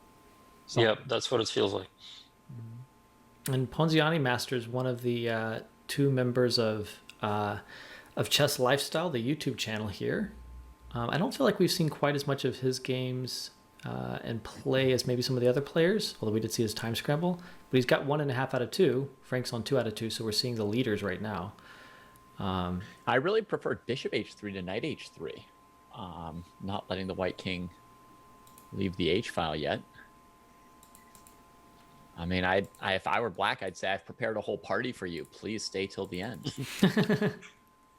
Party's still ongoing. It's got to be said. Is the party I- rook Hey, h1 Black and was bishop having all the h3? fun. Perhaps Black thought it's no difference, take with the bishop or with the knight, because I think he assumed that White is going to take on h3 and give up the queen. So I assume king g2 was missed. Yeah. This is pretty painful after, say, bishop h3 right here. Oh, man. What about rook h1 and then bishop Rook h3? h1, yeah, and then bishop. h1 even better, yeah. More pain. Fantastic play from black. I mean, Bishop takes d3 is interesting somewhere, but not here yet. Okay. Yeah, this is just bad. What you could maybe do, Eugene, is rook h1, and then if f3 to escape from bishop h3, then you play bishop d3, pawn d3, queen d3, king f2, c4. Yep, and then the bishop goes to c5. Yeah. I'm dreaming of a scenario where the queen is sacrificed instead of the bishop and there's some kind of mate. White's covering the d3 square with rook e3. Yeah, but and going to e1 if bishop h3, and then knight g2 is being allowed. Okay. Maybe knight h3, knight df3, and g4. A good option too. What I want to see in situations like this is I want to see black spend some time, right? Like I don't want him to be like, oh, I'm rolling over white, any move wins, I'll just put a piece on h3 and it probably wins the game. I want to see him spend 2 or 3 minutes and really put it away. I imagine this is going to be one of the topics, at least I would be discussing with my students, at least for a short time, how to spend time on the critical moments. So, for example, here definitely black is winning, and just to explain which moment you should be thinking. Do you have any tips for that, Arthur? I mean, yeah, it's such a tough thing. Yeah, because mostly, at least when I'm playing myself, and then when I'm teaching the students, I try to explain that you should spend time on the critical moments when you feel this game is going to be decided here. And very good players normally make a long thing for, I don't know, maybe once, twice per game, because they feel this game decided right here. I mean, I'm probably speaking at the GM level, and after that it's a forced play. But for example, here it feels that black is winning, so I would probably sit for a while and just try to figure it out. Right. And what are the observations the coaches have been making about the time management of the players so far? So who's standing out to you as having good time management, and who's maybe struggling a little bit with time management from your perspective? And how are you weighing that in your draft picks? We may have different opinions about Kimmy, but obviously she's come down to the last second in 2 different games, right? And some of us may see it as like a plus that she kept her cool or something. Others may see that it's like risky that she's getting down to 0.2 seconds to make a move. We may or may not trust that. And there were some mistakes in those end games too. It's not like she played them flawlessly, but I don't even know for myself if it was like a plus or minus how she handled those time scrambles. In the meantime, this is mate, king e4, and then queen d5, queen d4 mate. Yeah, Team England. Wow, Team big England's win. going off. Big win for Michael. That move was as decisive as Frank's earlier wins in the opening phase of the game. In the first rounds, both rounds 1 and 2, Frank really, really impressed with very quick and decisive wins with white and black. And this win from black, Ponziani Master, is at least as convincing. And it puts Ponziani Master in the lead, the only player who will have 2.5 out of 3 after this round. No one can equal him after 3 rounds. Look at the time. The spent time. Mm-hmm. So White spent, 1.5 minutes. Yeah, White was playing bullet. Very, very quick play from Frank. And I guess that was true in the other games as well, but in those games he won very quickly, so it didn't seem like a concern at all. But in this game, maybe it's being cast in a little bit of a different light. Very, very quick play. All right, so let's switch over to maybe chess gains. Yeah, we haven't seen Dylan, I think, play too much. Demise 91. And he's playing black here against Chess Gains. Dylan being the other member of the Chess Lifestyle YouTube channel, and Chess Gains being twitch.tv/chessgains. That's right. The opening is interesting. It's a fantasy variation of the Caro-Kann. I played this for a long time after seeing the game Morozevich Bologan. I think it was Bologan. Fiddler? Maybe it's Fiddler. Oh, yeah. That's a nice opening. So F3 here, backing up so the viewers can see the F3 variation that you're referencing here, Eugene. And zipping ahead, and E5 is super aggressive, really going after the dark squares.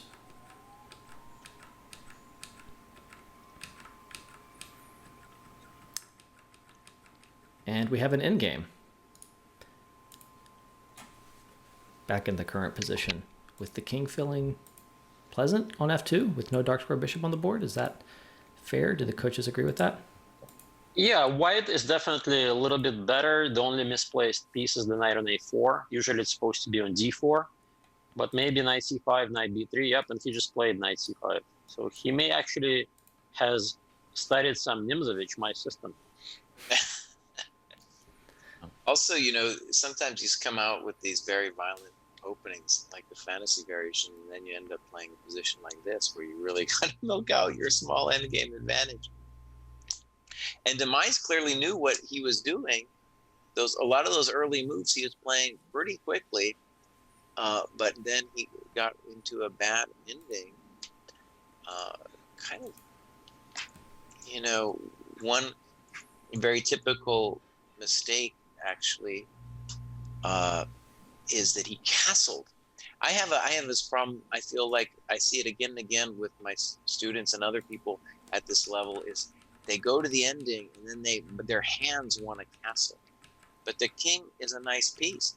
It doesn't want to castle, right? And then all of a sudden, white's the one with the beautiful king on F2, and black doesn't have a nice king. What would you have advocated instead of castling, and what would be your kind of long-term plan for the king here on e8, Jesse?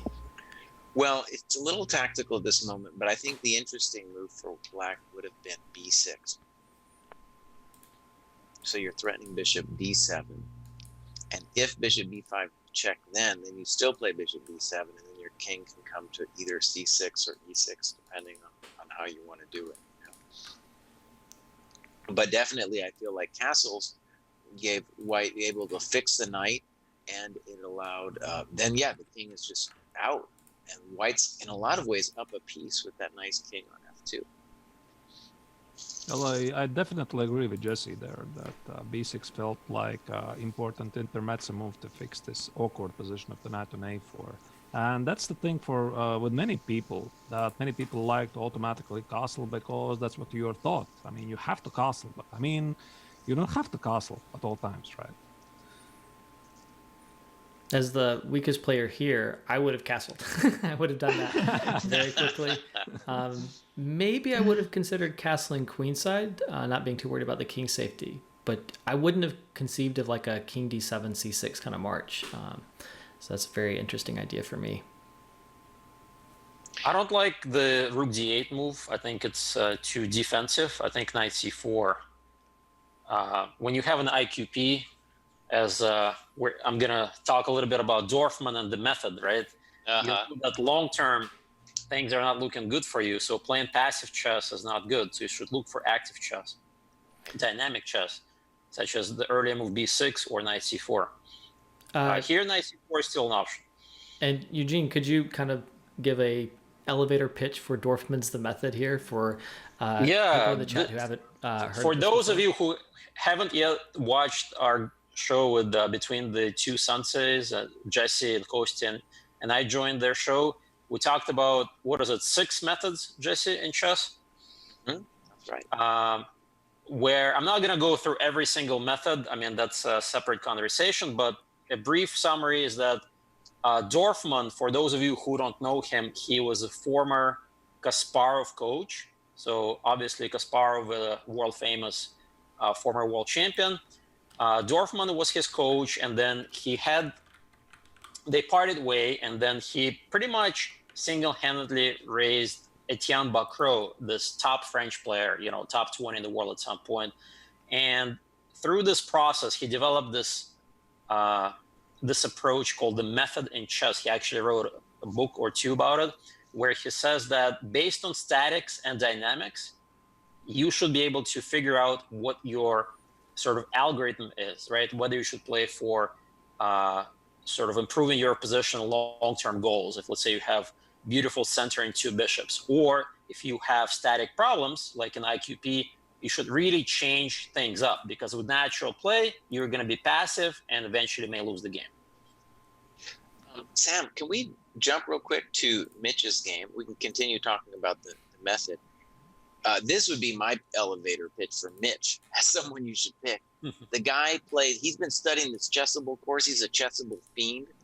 If you want to make an advertisement for Chessable, you just watch Mitch's games. He busted out the theory on this thing very quickly, got a little bit of pressure, and then boom, played the nice tactic, and now he's winning.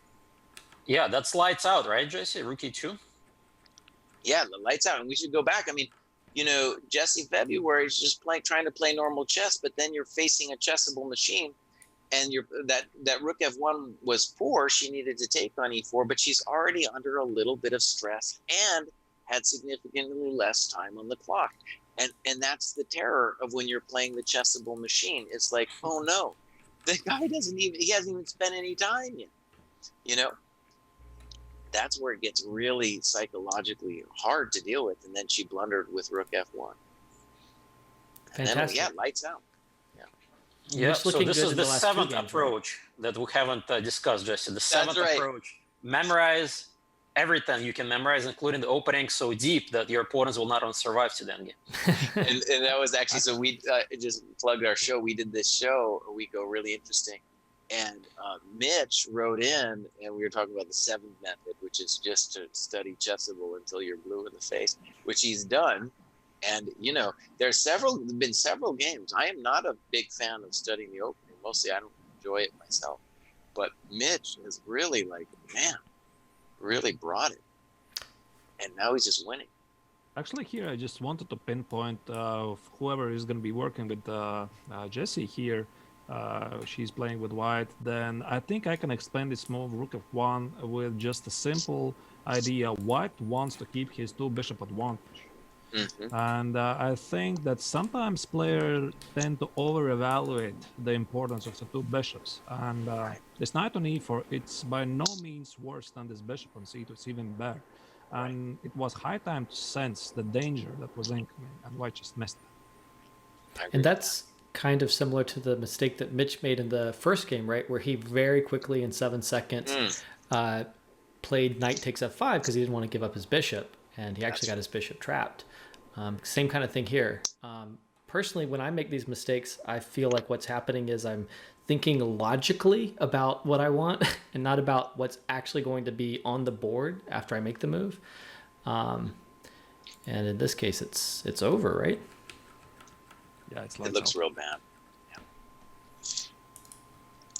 She, honestly, she could still play king f1 and then knight a1, b3, and king h2 I don't like because you're going to need the king.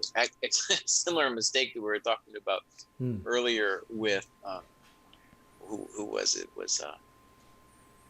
It was in the demise game. Similar mistake to put the king out of play on h2. It's lost anyway, but you want to play king f1 just on principle to again have a chance to try to trap the knight and mess with the knight. Yeah, now rook d8 probably or something like that. But I think the C idea of Jessie, she wants to play, let's say bishop f4, c6, rook e1, knight c2, rook e2, attack the knight. Unfortunately for white, there's going to be knight e3, bishop e3, and rook e8. But that's at least a nice idea. Yeah. I'm going to put that on the board for everyone. And rook e1 is played, so knight c2 is immediately played. Rook e2 is played. Is she going to play, or is Mitch going to play knight to e3? I mean, g5 is also a simple move to play. Hey, shout out to chess.com who gifted 10 subs to the community. Thanks so much, guys. Really, really appreciate it. Really awesome. I just want Mitch here to think for a minute. Like, you got 12 minutes. That's right. Well, okay, yeah, we got to tell a backstory here. He does play knight e3. Mitch, Kostya termed this phrase he called Mitching. And that was when Mitch got an amazing position in the ending and then played it super fast. And he's guilty, even though I think 93 is a fine move, he's definitely guilty of the same crime here of just moving way too fast when he's got loads of time. And he should just make sure he's not blowing it. Yeah. Right. Yeah, I mean, as long as it's winning, it's good. But yeah, as soon as you blow it with like 9 minutes left on your clock, then you feel real silly. And then Kostya's out on Twitter right after that talking about how you mitched it. Yeah, it's rough. It's really rough. Hey, if you want, free commentary on your games from title players, it comes with a little flame as well. How do the coaches feel about the tough love in general? Like, do you like to give your students a little bit of a hard time, or very, very pleasant coaching in your dojos? Definitely hard time. Well, maybe less with the girls, right? Because when working with the girls, you need to be probably more sensitive. Oh, man, you're just. I'm not saying anything about. Somebody's already in trouble. Somebody's already in trouble.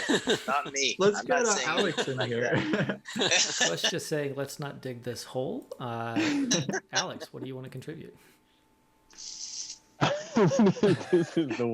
This is the of all the time that I've spent in silence, this is the moment where I really want to maintain that silence.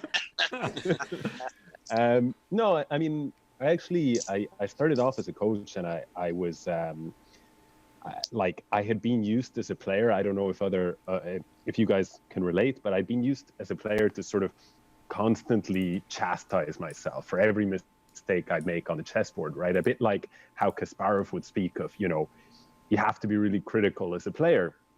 And I think I transferred that over as a coach, and in the beginning and for the first couple of years. And at some point or another, I felt like, I don't know, I mean, maybe I'm just like losing too many students or something. You know, I think I'm being too harsh on them. And so what I did is I introduced about maybe like a balance, you know, for every 2 or 3 criticisms, like definitely at least give some reassurance on the strong points. And I think that's really helpful actually for long-term motivation of the game, which at the end of the day, if they're not motivated to work, doesn't matter what else you do, you're not going to improve. Started it's serving also- feedback sandwiches. It's also great for financial long-term success as a coach. That's right. I haven't thought of that actually, Sam. No. I'm just kidding. No, for sure. I mean, for sure, it's. I mean, but I don't know. What do you guys think as coaches? I mean, would you guys agree with that, or do you feel like you can just sort of dish as much criticism for the sake of, you know, being cruel to be kind? How are you guys feeling? Probably I depends on the absolutely student. agree with you. Yeah. Like, I'm going to be cruel to Mitch right here. He was, Sorry, I think of my course, connection totally might have winning. broken. Sam, go to Mitch's game real quick. I'm headed The guy back is- there right now. Yeah, he's totally winning. And if you go to move 44, he's got 12 minutes left, and he mitches it with the move pawn to g4 check. Oh my God, Mitch. Oh my God. Wait, where did you Allowing- come up with that move? Allowing black. Look at this. First, before g4, you just say to yourself, "This game's over." Like move king f3 or something instead of. How about f4 and then rook takes g3? Yeah, so many great moves. So many great moves, and I black is still winning here, but now Mitch is going to have to be at least a little bit careful. And before, you could have just won on autopilot. And so this is definitely an example of Mitching. You know? Now the problem for black here is he is going to have to sacrifice an exchange in g3. Right. And it should still be winning. I mean, it's definitely winning, but Yeah. does he want to sacrifice an exchange? Well, he has to understand that. And honestly, like when you're mitching it and you're just going too fast, this is exactly the problem. And he knows that he has this is a funny thing about coaching, actually, because Mitch knows that he has this terrible, terrible habit, but he hasn't acted on it in any way in terms of fixing it. At this point, you can sack on g3 without worrying about losing f5, right? So you can. But you know what? He's really put himself in a hole now. The last couple Yeah. moves, like now, every time you move the rook, king g6 is coming. It's no longer simple. He's truly mitched it at this point. Yeah, king g5 now. It's no longer. I mean, it's I guess it is totally simple, but it's just so bad form, such bad form that. Anyways, so as a coach, it's a No. funny thing. Oh, As man. a coach, you can tell What people. happened? Kimmy just missed knight takes g6 check in her game. It was pretty Oh, wow. graphic. Oh, Mitch! Look what he did. He played rook c5 instead of rook c3. C5. He needs to understand that his rook c3 is the only way, and he's playing so fast, so fast. Anyways, what I was gonna say with coaching is, you can diagnose a disease and you can tell the person about the disease, but it doesn't mean they're gonna act on what you say. You know, Yeah, that's the hardest thing. That's right. he's just going back and forth like an idiot here. He has to play rook c. No, really. Definitely, if I was his coach, I'd give him some tough love here. Think about it for just a minute, Mitch. Just slow it down, buddy. Take There's that 11 Xanax or whatever you minutes. need to do. Yeah, just slow it down, bud. You can use 10 minutes here to come up with a plan. Why are you continuing to move? Like, the moves aren't changing anything. Kosi, you've got an important question, especially because I found it a little hard too. Cappy is asking, how can we watch the games on the evilchess.com? Well, here is the tournament link in the chat, although I don't know if you have to be a member of the group to watch the games. You don't have definitely- to be a member to spectate a private tournament just to be able to play in the tournament. Oh, okay. So then the link is in the chat for everyone. Cool. So the problem I was having is I had to follow all the individual players, because the only other way to like click on a game link was to join the tournament. And that, of course, was incorrect because I'm not supposed to be joining the tournament. Huh. Yeah, you have to click on the little board games on the right-hand side once you're in the tournament. Once the tournament page loads for you, you'll see two different tabs, one with the standings and one with the games listed. So for the spectators here, they're going to want the games tab. But look at the bright side. I mean, Mitch is finally thinking. Well, he doesn't want threefold repetition. Plenty of ways to avoid it. Rook a5, rook b5, rook d5, rook a5, rook c5, b5. I mean, Yeah, Mitch is really quick. I think his issue is that he often thinks very quickly and kind of like overthinks things. He like makes assumptions and then doesn't catch himself in his mistakes. So if he misses something, he might miss it multiple times. But do you think he's even aware of this concept to give up the rook on g3 in an endgame? I'm sure he's seen something similar. Yeah, I've definitely seen him win much more difficult endgames than this. I think it's one of those things where, you know, sometimes a player just makes like an assumption like, oh, I can't take on g3 for whatever reason, and then they never like reconsider it. And so they forget to come back to this idea. Like maybe he thinks white's king is somehow getting back in time. You know, it's very easy to confuse yourself, I think, in the heat of the moment. But I'm so happy he's spending time right now. Even if he doesn't blow the game, just the fact that he stopped and he's thinking now is a small win, I think, already. Oh, there we go. Finally. Nice. He's calmed down. This specific moment is such a great testament for slowing down and taking extra time to think when you've got that winning position. Right. Nice job. All right, so let's jump back to... Oh, Kimmy already finished her game. I really wanted to see that. David, did you catch the finish of that? Because you were... I caught it. She won within one or two more moves from that position. It was an overwhelming position where she came in and mated. It was a very complicated and interesting game. Earlier, I had for her seen and for and Rebecca. enjoyed the bishop pair, but we were long past that, I guess, and in a beautiful attack for white. Yeah, very impressive, right? After two really tough games, she kept it together and she just continued playing hard and got rewarded. So now she's up to 2 out of 3. So tied for second. I don't know how many players are going to be tied after this round is over, but she's at least in the tie for second. And it looks like Chess Gains should be doing great. Looks very convincing positionally for Chess Gains here from the fantasy variation that we saw earlier. I've got that game up here. So this will probably be the last game to finish, I guess. Yeah, it seems like. Yeah, Mitch is winning. Mitch has won. So he's on 2 out of 3. And actually, we have a very clear split right now, I think. We're going to have 4 players on 2 out of 3 or better. Michael on 2.5. And then 4 players on, I think Chess Gains probably going to have 1.5 after this round. And then a couple players on 1 out of 3. And then Dylan, unfortunately, probably going to be on nil going into the last round. I'm rooting for Dylan to bounce back. So it kind of looks like going into the last round, we have a likely 4 top picks and a likely 4 second round picks. Sorry, Arturs, you were saying? Yeah, I mean, I was just going through Kimberly's game there, and I thought that would be a very interesting topic to talk about because she played this move g2, g4. I mean, I know there's this final game going on, but if we switch back to Nice Cream against Reeboks, there is this move, which was at 18th move, 19th move, g4. I thought that was quite an interesting topic to talk about because it wins by force and exchange. And you could talk about this with a student because sometimes winning the material, it's not really worth it if you lose quite a lot of positional things. And this is actually what forced for black to sacrifice the exchange for a pawn with very powerful bishops. And actually White was in a trouble, I think so. And I just thought this is an interesting topic to talk about. I've got that position up on the stream so everyone can see the position with g4. Yeah. And on the one hand, objectively, it was very risky to win this exchange.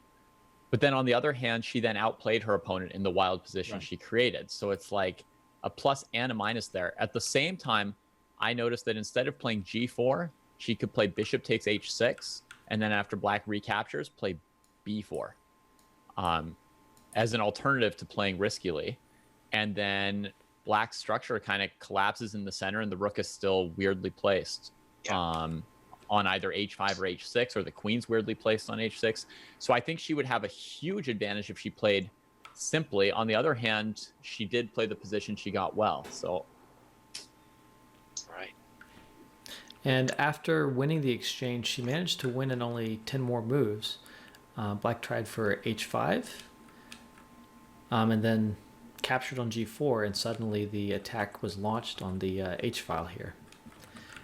And for the audience, I've got the position up that David was referencing earlier here, where on move 26, the move knight takes g6 is just brutal because of various mating ideas where the queen is either coming to f6 or to e7. It's probably just a forced mate in a few moves, I guess. I mean, black can take it and play king e8 and rook h8, king d7, and lose the queen. Right. But it seems like what Kimmy did may have been just as good. I don't know. She did checkmate shortly thereafter. She only needed 2 more moves. She played rook af1, queen b7, and then after queen f6, her opponent just resigned in this position here with the queen being on f6. The idea, of course, rook h8. And makes me think of the bishop and the knight checkmate, because the knight is covering the king's escape square. A little bit of a kind of W maneuver pattern for me here. There's nowhere for the king to go.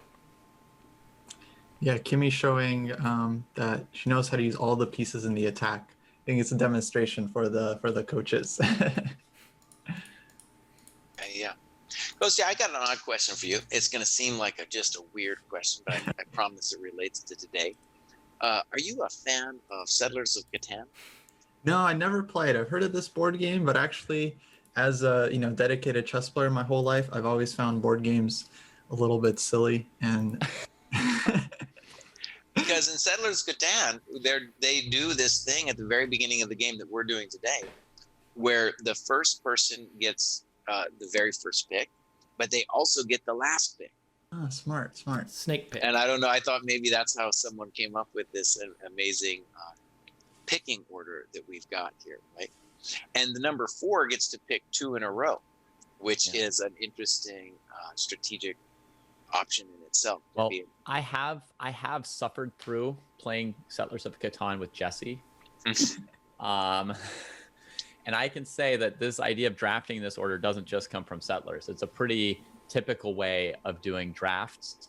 And, when you're a 6-year-old on the schoolyard and you're picking teams for dodgeball or kickball or something like that, people will already draft like that, where you sort of take turns, but the person who drafts first, then the other person gets 2 picks, and then back and forth. Fans of fantasy sports are sure to have seen this system at some point. Yeah. I've got Mitch's game up here. Seasons. Yeah, go ahead, Sam. I was only saying that I've got Mitch's game up here because I knew if I didn't, I would soon be asked by Jesse. So it's already up here, and all the 4 games are underway here in the last round. Kostya, you were saying? Yeah, actually, no, let me give the privilege to Alex. Maybe there's a student or 2 you haven't seen yet. I didn't realize you were getting it. Right? No, just to plug in the charger, but I still got like 8% or something, so I'm good. Sorry, what could you repeat the question? Would you like to choose a student, maybe someone you want to see a little bit more of that you haven't fully evaluated yet? So I'm happy with any game. I feel like I've seen probably the least feeling is for Demise 91 would be the one that I'm a bit less certain of their style. Okay. Demise is up here. Playing Exchange Slav. Nice. And Demise lost the in-game and the fantasy variation last time. So we've gone for a bit of a patient position again. So maybe this is a tendency that he has, liking clarity in the position.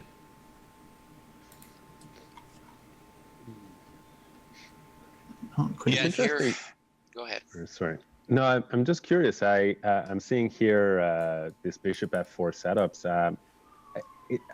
Maybe it's a good moment to ask you guys, have you noticed that the London system setups seem to have dropped in popularity? At least that's my feeling in the last 2 or 3 months. I'm seeing less of that. Are you guys also seeing that, or still trending? Oh no, I see the London all the time. It's like D4, C4 is a distant afterthought. It's like an ancient religion propagated by, old men. Jesse And now goes it's to all sleep bishop and he still F4. sees. Jesse goes That's to right. sleep and still sees the London terrorizing him in his dreams. Did Martin Alex, stop are to you play it? referencing a particular level, like the amateur level or the top level? Yeah, but even just, I mean, it came to mind because this isn't the London, but the bishop's on f4, and I feel like in this tournament, at least, we haven't seen too many players going for the London system. Instead, choosing sharper or more classical lines. I thought somewhat unusual, perhaps, to not see it, but kind of a refreshing change. And Demise actually played a very aggressive move, e3. My understanding in that position is that knight a4 is maybe a small advantage for white. But e3 is maybe playable, but there's a lot of violence that black declines with a6. I think there might have been possible to do some kind of very violent e5 thing there. I'm not certain, but that would have been my concern for white. That e5 followed by queen b2 might have been the violence that white did not want to see. I feel like a3 should be the move here to kind of stop queen b2 for forever and, yeah, cover this b4 square. Right. A6 definitely wasn't in, and played pretty quickly. My rebooks. Put a3 on the board here for everyone. So if queen takes b2, then I guess knight a4 traps the queen. Very funnily. Yeah, if you ever see in Polar Rush, queen on b2, pawn on a3, just play knight a4. Put him in calculates always.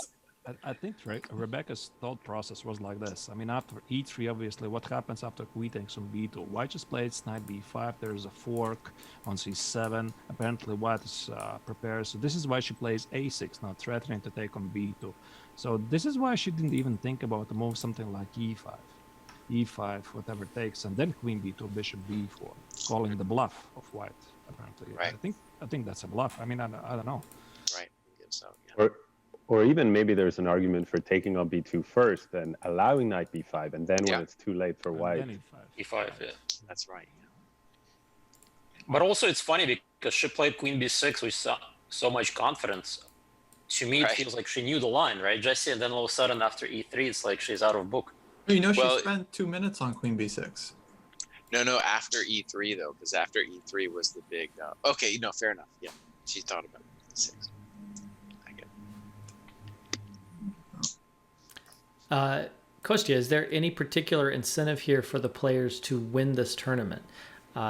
Besides the glory, the ability to impress the coaches, is there any reason for them to really go for first place? Does it affect anything in the final standings? No, it doesn't affect the competition at all. So yeah, I think they're just playing for glory here. I was thinking though, if a student wanted to be a little cheeky, I don't think anyone would actually do this, but I think it'd be interesting if they threw the event, knowing they would be picked last and getting teamed up with the first pick. That's right. Yeah. I thought of that too, Kostya. I was like, that would be a really good strategy to just completely tank the event, be guaranteed to be picked 8th. The coach picking first may or may not pick the very best person, but they'll pick somebody pretty good for your partner, and then you get to train with them the whole time. Yeah, maybe we'll start seeing the gamesmanship in seasons 2 and beyond. Can't wait. It takes time to develop the meta, basically. Yeah. For the coaches, are you going to be working sort of privately with each player, or are you going to do some kind of group training sessions? Like in your dojo, are the students collaborating as students? Like doing a joint training session with Right, both the a students training at the same session where time? they're both together in Zoom calls and whatever training environment you're picking. Would you ever do something where you've got yourself and both students to save time, get in more training material, and maybe feel like there's a bit of more of a team feel between you and the two students? I think that's a nice point, that this team feel definitely at least one lesson it would make sense to organize together, so that we would feel as a team. But I thought that more I would like to focus on individual lectures, but occasionally doing these team streams. Yeah, that would be nice. All right, Sam, the inevitable has come to pass. We need to We're go going to see Mitch. Mitch. We're going to Mitch. I'm not too familiar with it, but to me, it looks like he's busting out some more theory. And I think Kostya knows this kind of stuff way better than me. So Kostya, tell me, is this all theory? It feels like, and he's getting his time advantage again. Are we looking at Mitch's game? Sorry. Yeah, we look at Mitch's game. It just looks like he busted out the theory again, and arguably much better already. Oh, I see. I'm not too familiar with this line, but Yeah, what is this rook b8 move? Yeah, is this rook b8 a thing? Because we're not in a Chinese dragon. rook b8 is odd. I would think white could just play like knight c4, right? Kind of. Yeah, yeah. Rook b8 is terrible. You're not supposed to waste the tempo just like that, right? Yeah, Mitch. But if you're playing Mitch, I would want to get out of book 2, man. I'm like terrified of this guy. And he just rolls him in the opening. It's already over, I think, right? Yeah, it looks real bad. It does look bad, yeah, for sure. And instead of actually queen d2 is probably still winning, but okay. I'm not going to say anything about it. Queen d2 was good. I mean, did black have bishop a6 last move instead of queen a5 check is important for... No, because then queen a4. And there's queen a4, right? Because the queen wasn't yet out there, yeah. So black doesn't probably have any good move in that position. Right. No, it's already I would bad. think it was already resignable. Not So that I Mitch would want might- to see my student resign, but... Even though Mitch lost that first game, it looks like my prediction of him. He's going to go first round. He's going to, because he's won every other game. Yeah. Very, very impressive play. Only like one error in that first round, and maybe feeling like it took a while to win the previous round when he drifted a little bit in the end game. But otherwise, he's been really on point. Sam, could we pull up the current standings again too, if we could? Yes. It's just so we can check it out. Okay. So I'll switch scenes over here. And we got him pulled up. Jesse, you're still in last place. You don't have to catch that part of it. I don't want to be in last place there. Okay, cropped. All right. So the standings are Ponziani Master here of Chess Lifestyle in first place right now with 2.5 of 3. And then Nice Cream, which is Kimberly Liu, here in second, along with Mitch and Frank Johnson, Chess Coach Net. So all of those are on 2 out of 3. And then Chess Gains is on 1.5 out of 3, the only player on the safe 50% score.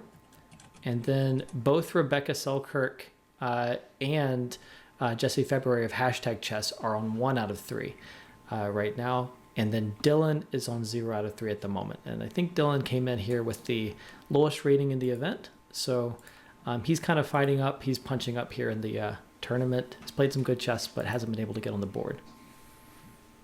Cool. And Kostya, just to get it all out there, what we're going to do here, I assume what's going to happen is this round is going to end, and then we're going to go ahead and do our draft immediately after that. Maybe. Exactly right. We're going to randomize the order. Actually, I haven't talked about that with Sam, how exactly we'll do that, but if Sam wants to get like a random number generator, we don't necessarily have to show it on stream. We'll find a way to choose who goes first. And then, yeah, we're just going to draft as soon as the games are done. Maybe we'll give the coaches a couple minutes after the tournament to prep their picks. And yeah, it'll be happening. Yeah. And just to say, there's not an advantage to going first. You know, there's definitely also, and if they're arguably you want to go fourth. So the people they might even decide the coaches might decide amongst themselves which number they would actually like to do. Also a thought. Yeah, I'm wondering which one would be the most balanced. Because if you go fourth, fifth, then you don't necessarily get your top pick, right? You're probably going to have to settle. You're forced into kind of I one have a pick guess, sort of. but I'm not going to tell you that. Yeah, well, I'll ask the coaches maybe after the season, like what your strategies were, so you don't have to give away everything just yet. I mean, you can ask about our draft strategy after the draft, maybe, but not like a minute before it. I think another part of the draft strategy actually is, a lot of these guys are very active on social media, like Mitch is, and our two guys from England are.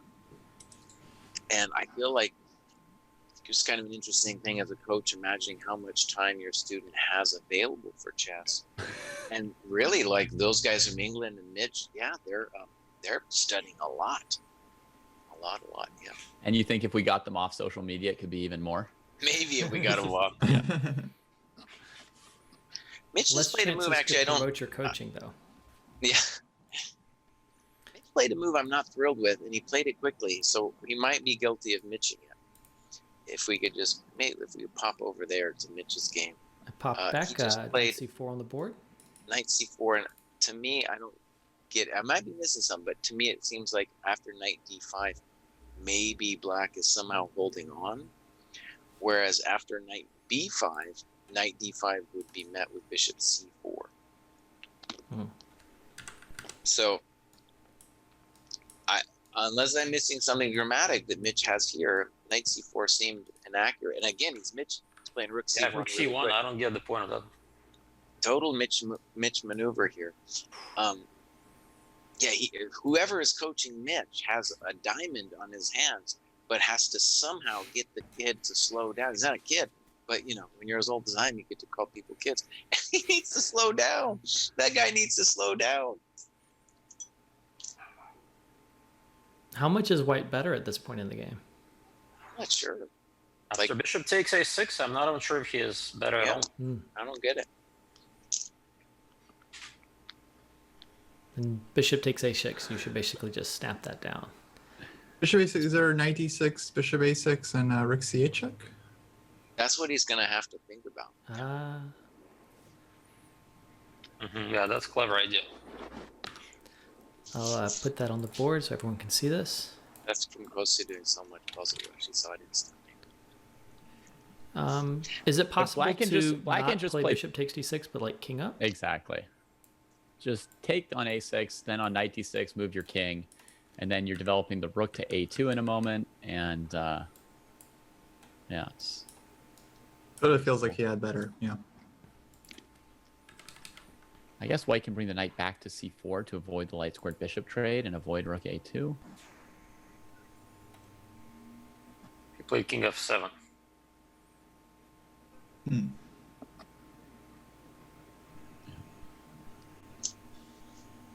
Sort of missed which game we were talking about again. We were talking about Mitch's game against Ponziani Master. Should we look at another game? Sure. All right. So we'll switch over to Chess Gains versus Queen's Crawl, which is Jesse February here. So White with the big center in this game on Chess Gains hands. Yeah, and Jesse February just played Knight A7. Looks a little weird. The idea is obvious, right? Bishop B5. But White's move, I assume, is also obvious. He's going to play E5. Yep. You can do other things too. White could play A4, also a fine move. What are we going to say? White's kind of Definitely nice. White's more pleasant here. Yeah. Or Rook E1. Rook E1's probably fine, yeah. A4 felt very karmically satisfying to restrict the knight after it stepped back to A7. Did you say karmically satisfying? Yeah, like the knight is just making this step back here, and you kind of want to punish the concept, right? You can't play a move like knight E7 against me. So A4 is just the most thematic move in the position, trying to specifically exploit the weaknesses of your opponent's last move on the board. I like the idea of karmically punishing people. Just in general. Just in general, that's nice. I like that.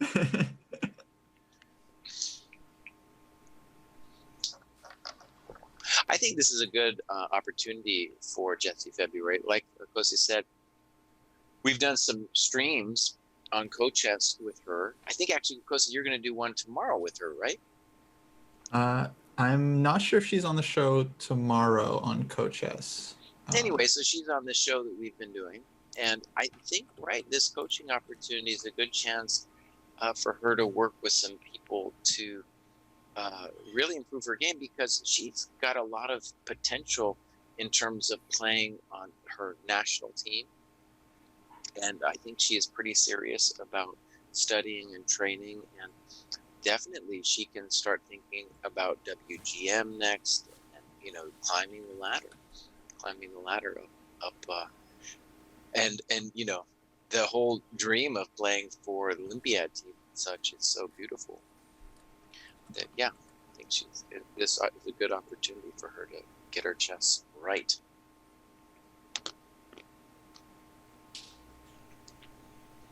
For the coaches, does that kind of affect something about your satisfaction, your enthusiasm to work with a player? The kind of sense that they have some really great things to aspire to, and in getting to coach them, you get to kind of help them achieve some really nice dreams, and you get to kind of contribute in that way. I'll answer. If I understood the question correctly, it's a lot easier to work with students who are very much motivated.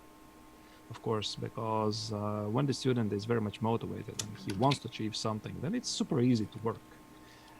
But sometimes it's been like this, unfortunately. When you're working with somebody who is doing this, the purpose is not really clear why he's doing this. Then also the motivation for the coach to do something significant can be quite challenging.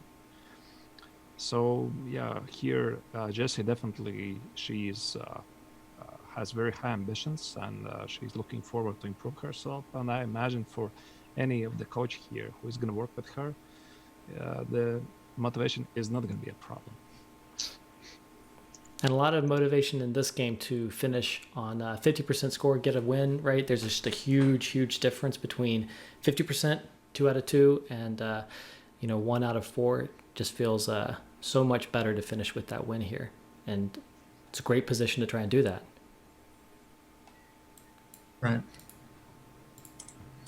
I'm looking forward to seeing how these students improve over the next 6 weeks. I actually think it's such a sick opportunity for them, and it seems like a lot of them are really pumped about it, which is great to see. So actually maybe a question for the coaches, what kind of homework are you going to assign your students? What are you going to make them do? A lot. That's I think that's the A lot.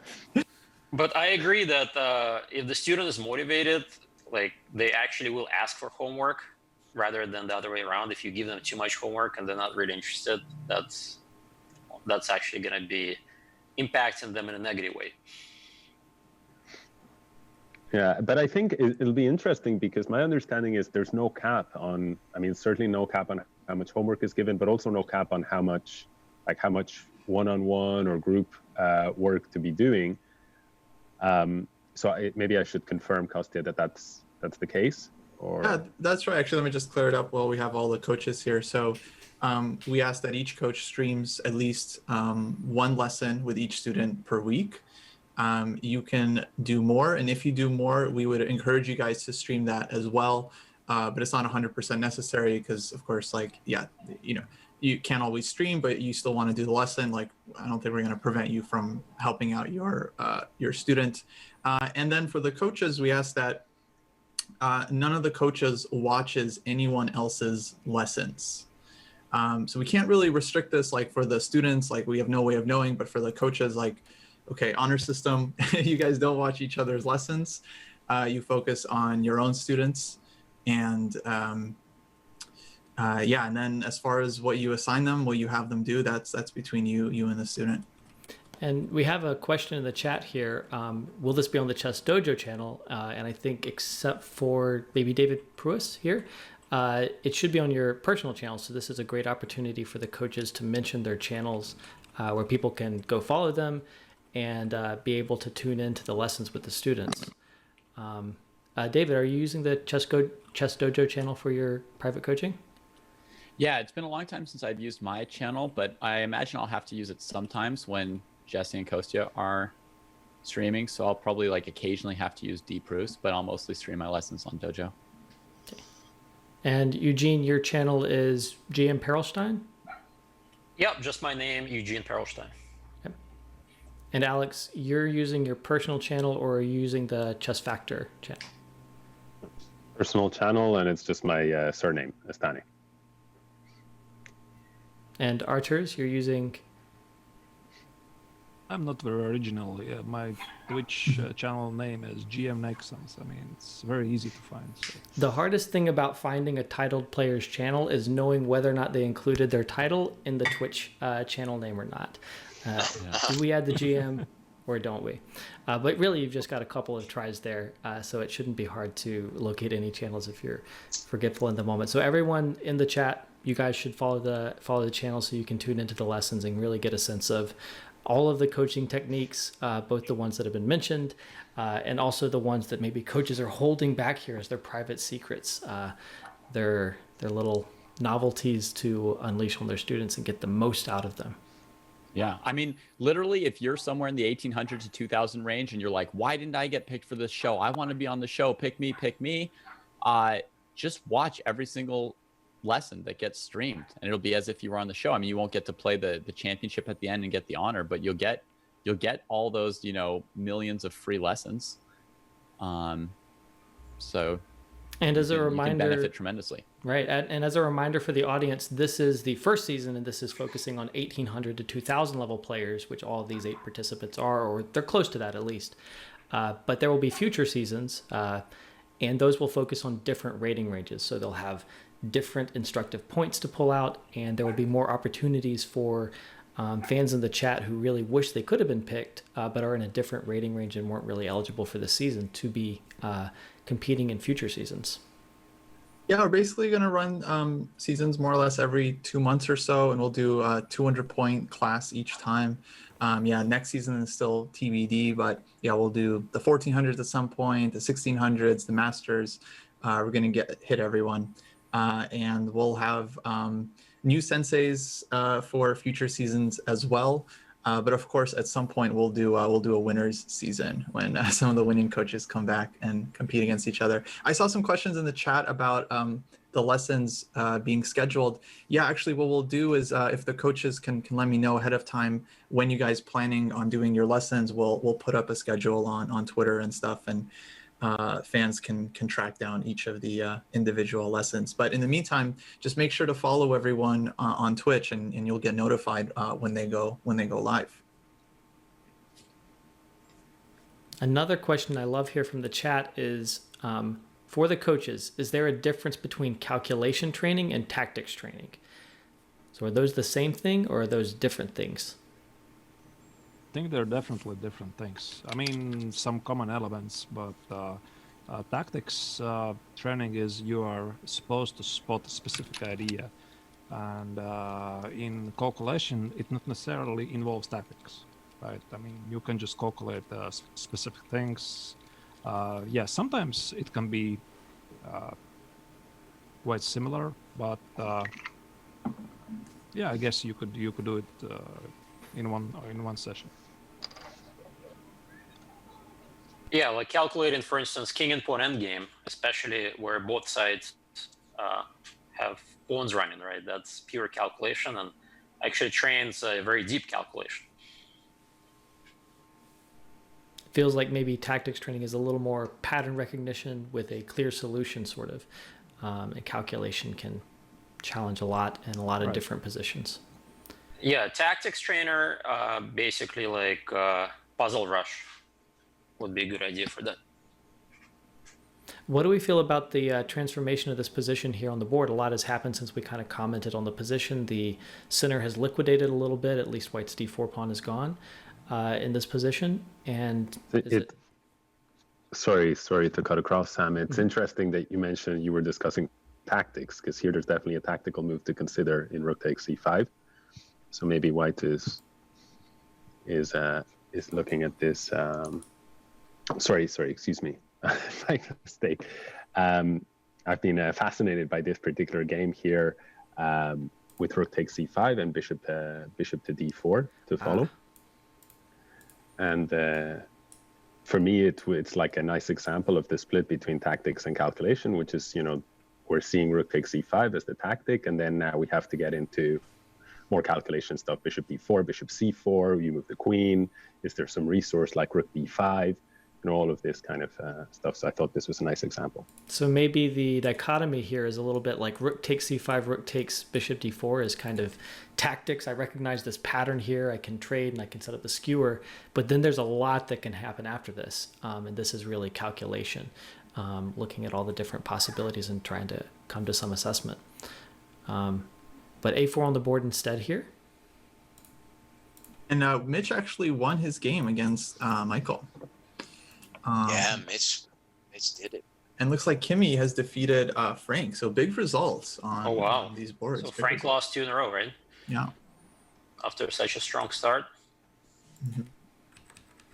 And that means that Chess Gains can overtake him if he manages to win his game. And something that I didn't expect, but is certainly proven in our little tournament here today, is that the chess.com ratings were very predictive of the final placements. That's a good point. Yeah.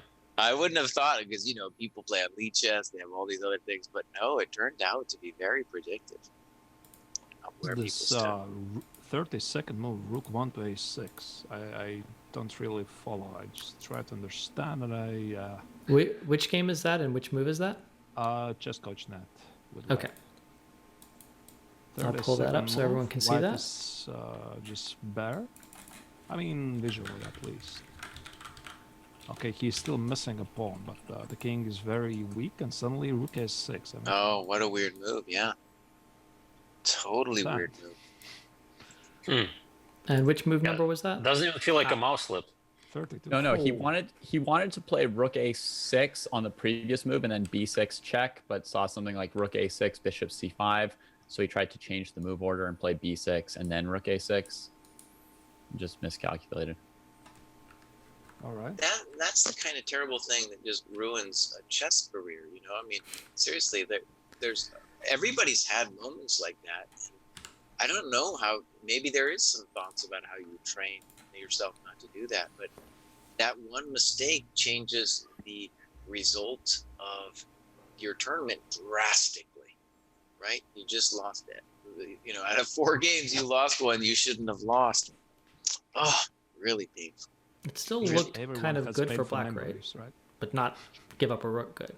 It was probably about equal. Okay. I think I would choose white, actually. I really like white's chances here. But Yeah, maybe you it's like equal.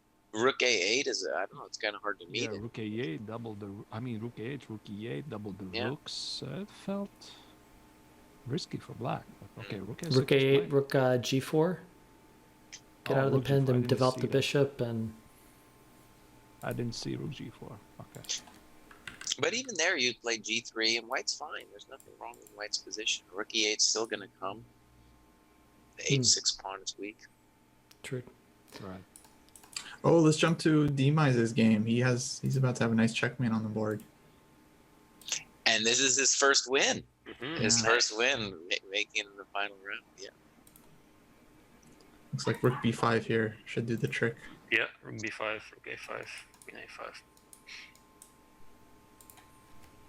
Yes, also rook b8 is just fine. I mean, if he doesn't spot the checkmate. He's also a rook up. So you can just castle. So that's actually a good positive. Finish the tournament on a positive note is always good. Yeah, I'm happy to see it. And it's very good that you teams just will finished here. stay on 0 points at least for the morale. Very, very important. Right. Because he was the only player who didn't have a win or a point in the books yet, and he won very convincingly here. So that's got to be tremendously satisfying for him. And big developments in Chess Gains versus Jesse February. It seems like Chess Gains is simply winning. No, I take it back. He's doing at the very least doing great. It's going to be a time scramble. I'm not sure about rook g5, but in any case, yeah, we got a wild game on our hands. He should have a beautiful initiative in this position. Yeah, the king side pawn advantage is decisive there. But this again proves this my point, and other coaches mentioned as well, that I think in this short time frame we can focus on some tactics Knight training, takes. because as you can see, many games are decided by some intermezzos or some three movers. And, so Guess they can knight work on takes this. g6 a tactic here? Well, right. We were just talking about tactics, and knight g6 looks like a nice way to end it. It's definitely the move to cross one's mind here. But yeah, with 50 seconds left, you'd be tempted to place some safe move as well. He goes knight d7. Whoa. That looks like a blunder. Oh no. Whoa. Oh, my He goodness. wanted knight g4. Oh. Oh. Brutal. Wow. Yeah, and like I was saying with chesscoach.net, like one mistake like that in your term, it just totally switches from a great event to just a really bad day. Really bad day. The worst thing about this one is that you still can't like resign. When you make a move that bad, you just want to be like, and press resign and just, have it be over. But this is definitely still something that Black has to work for. So you've got to keep playing. Well, bishop d4 truly didn't help losing a tempo. Yeah, but no, yeah, black will have to, do some work here. Absolutely. Yeah, we'll get to see how they play with 5 seconds on the increment again. Always good to see. I mean, theoretically, this game could be heading to some kind of endgame knight and bishop checkmating. I would love to see that. Yeah, I'm sure everyone would love to see that. If we at some point have power rankings for the students, winning bishop and knight must be worth quite a bit in power rankings. Definitely big points. Maybe all three of us should do the power rankings. Me, Sam, and Jesse. We could leave, and we can see how we match up. Sounds great. Fun. Yeah. Yeah, so like what if we're gonna do power rankings, normally you talk about categories, right? Categories for different kinds of elements in play. What would your categories be for your rankings, Coach? Let's see. I mean, I definitely look at it just from a favorite standpoint. I would just say like, okay, who do I think is most likely to win the event and put them number one. But in terms of what would go into that, definitely I'm going to be watching like some of the streams and just seeing like how the students are like. Do they seem motivated? Are they working a lot? And of course, we'll go by their ratings. The players with the highest ratings, they definitely get a natural boost just by virtue of being the rating favorites. But that could change. I mean, the trend is really important. Mitch lost his first game and then like came back and won 3. So his ratings would have gone up throughout the tournament for sure. This We're game getting is closer. For a knight and bishop checkmate. I Oh, feel it's it. gonna happen. Might happen, yeah. It should be almost unstoppable at this point, right? I mean, you would have to work quite hard to advance the A pawn without allowing the white bishop to sacrifice for it. Yeah. And the opposite color bishop makes it difficult to push the 8 pawn. Sorry, bishop c7. Oh, he can take the knight. He can take it and maybe just try to trade off the pawn. Oh. F4. Sure? It's a risky approach. I'm not sure. It's risky, right? It's not. No, I think you would lose probably for white if you traded the bishop. For the Oh, knight. white's not in time. You're probably going to lose anyway. But Yeah, because like if the plan is to run the king to a1, you'll just lose all the kingside pawns for nothing. But here, like knight c4, right? And then a5, a4, a3. Yeah. I just hope neither of the sides are gonna blunder anything, because I'm so looking forward to this same game. They're talking the first lesson. One of them is, the W principle and the right corner. So what I've always heard is in this endgame with a kind of defensive mindset, what you want is you want to just trade pawns. So as white, you want to trade the pawns, and black would like to trade pieces, which is difficult with opposite colored bishops. Is that logic sound here? sure, yeah, in general. Yeah, that's what you want to do. White, though, could also dream about if white could play, and he had the opportunity to do this earlier, to put the pawns on g4, f4, and f5 is the ideal setup for him. And then he can start even, especially in time pressure, giving Jesse February a little bit of the business. So like right now, I think F4 followed by G4 and F5, a little bit hard to stop even. And then I think he has great chances to draw the game. I mean, I think something interesting is it has the potential to be a knight and bishop against king, which is an extremely tricky endgame to convert.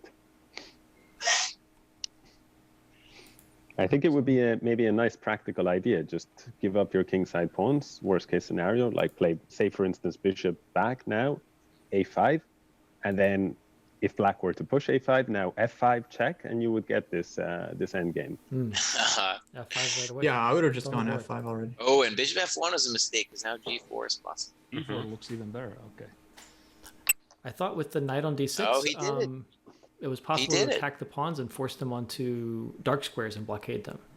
Yeah, black had a moment where with the knight on d6 they could play bishop g2, and that's what a strong, you know, Bishop IM or GM B4 would now. do, I think. White has, I don't think any troubles anymore. I'm going to say. Yeah, Bishop B4, excellent, and then followed by King F4, E5, E6. No problems. What do you guys think? I would bet less than half the students can do the mate on like on the increment, like the 5-second increment. Interesting question. That feels like a good prop bet. Like that, we should be able to make that happen, right? I'm going to bet she can do it. I'm going to bet she can do it. I wanted to pinpoint this moment when white played f5 check, 56 move g takes, and g takes was automatically played because typically the rule dictates you should take towards the center. And that would be another interesting topic to talk about, that here specifically e takes felt like it was a better choice because the knight is further away from advancing the pawn. But okay, maybe it's a minor little thing. And I've got that on the board so everyone can see that, the opportunity to create two Dude, connected pieces White might further win away. this game. White could win the game F6. He's going to win. He's going to win. Oh my god. No. He's going to win. It's over, my friends. Yep, F7, F8, queen, mate. Oh, Jesse brutal. February. I'm sorry. Make a rook. Don't be so cruel. Don't be so cruel. Make a rook. Oh. That would have been horrifying. Oh la Ouch. la. Kimmy is in the chat. She says shooketh. Do we We've know got what a that few- means? I just think she means that was insane. Basically. She's shook. Oop. Yeah. Wow. I'm telling you guys, I mean, picking a guy based on the picture, it's not a dumb thing. You guys should consider. Because the guy in the picture there with the glasses, that's the kind of guy that's going to make you dirty like that. That's how your game's going to ultimately come through in the final seconds of the tournament. The picture shows assertiveness, and that's important. Yeah. Fantastic. So the tournament is over. So we'll take a quick look at the final standings here. We can see on the pop-up here that we have our top three. Mitch finished tied for first after a tough first round loss, but then three pretty good games, a little up and down in the last game, but huge advantage out of the opening. Generally great openings from Mitch, as you were pointing out all day, Jesse. And then Kimberly, who's in the chat here, also 3 out of 4. So shared first place there. There's a tie break, but it doesn't really matter. And then Ponziani Masters next up. 2.5 out of 4. Chess Gains also just got to 2.5 out of 4 with that win that we just saw. So they shared third place. And then Frank Johnson, only player to finish on 2 out of 4. And then Rebecca Selkirk, Jesse February, and D. Mize Dylan all finished with 1 out of 4 there. So everybody scored at least 1 point in the tournament. No one got a perfect score. Mitch and Kimberly on top here at the end. Nice. Yeah, we got a bunch of students in the chat. Welcome in, guys. You did really, really great. Exciting, very exciting games. Yeah. Some mistakes, of course, as I'm sure you guys know. I would highly encourage you to watch the VOD and see what the coaches said. I'm sure all you guys will pick up some tips. And huge props, guys, for the students. I mean, I know personally how hard it is to play when everyone's watching. I think all the streamers know how hard it is to play under the pressure. So I think you guys should feel really, really good given just the pressure. This is the first one. I like the comment in the chat from Jesse February, or Well, it's a shared account, so Jesse and Rebecca are in there saying what mistakes, Kappa. Strong positive attitude, admirable. So Kostya, it's time for the draft. How should we transition to the draft? Also, yeah. do we have rules on like say it's like, you know, Alex's turn to pick or my turn to pick? Like, is there a rule like we've got like a minute or? I don't know. I didn't imagine the coaches are gonna take a ton of time. Okay. I would say like a minute 90 seconds is pretty reasonable. We'll can give the coaches a little bit of time to get their picks ready. But basically, Sam, when you're ready, if you can do a drawing, or I can do it on my end if you have a bunch on your plate. I think what I'm going to do real quick is I'm just going to kick us to the slideshow for a moment so we can catch people up on the format and schedule, all of that good stuff. And we can take a quick break and sort out the draft order, and we'll be right back with the draft. Sounds good.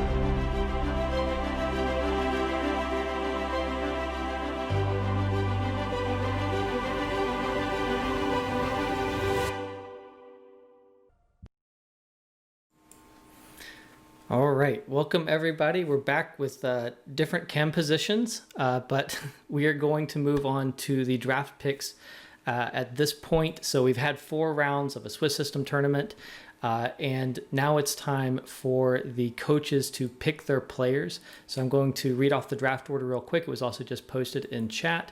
So it is Alex first, David second, Eugene third, Archer's fourth. And so there's 8 players. Each coach is getting 2 picks, and we will go through once in normal order, and then we'll go through once in reverse order. So the 4th pick also gets the 5th pick, and the 1st pick also gets the 8th pick.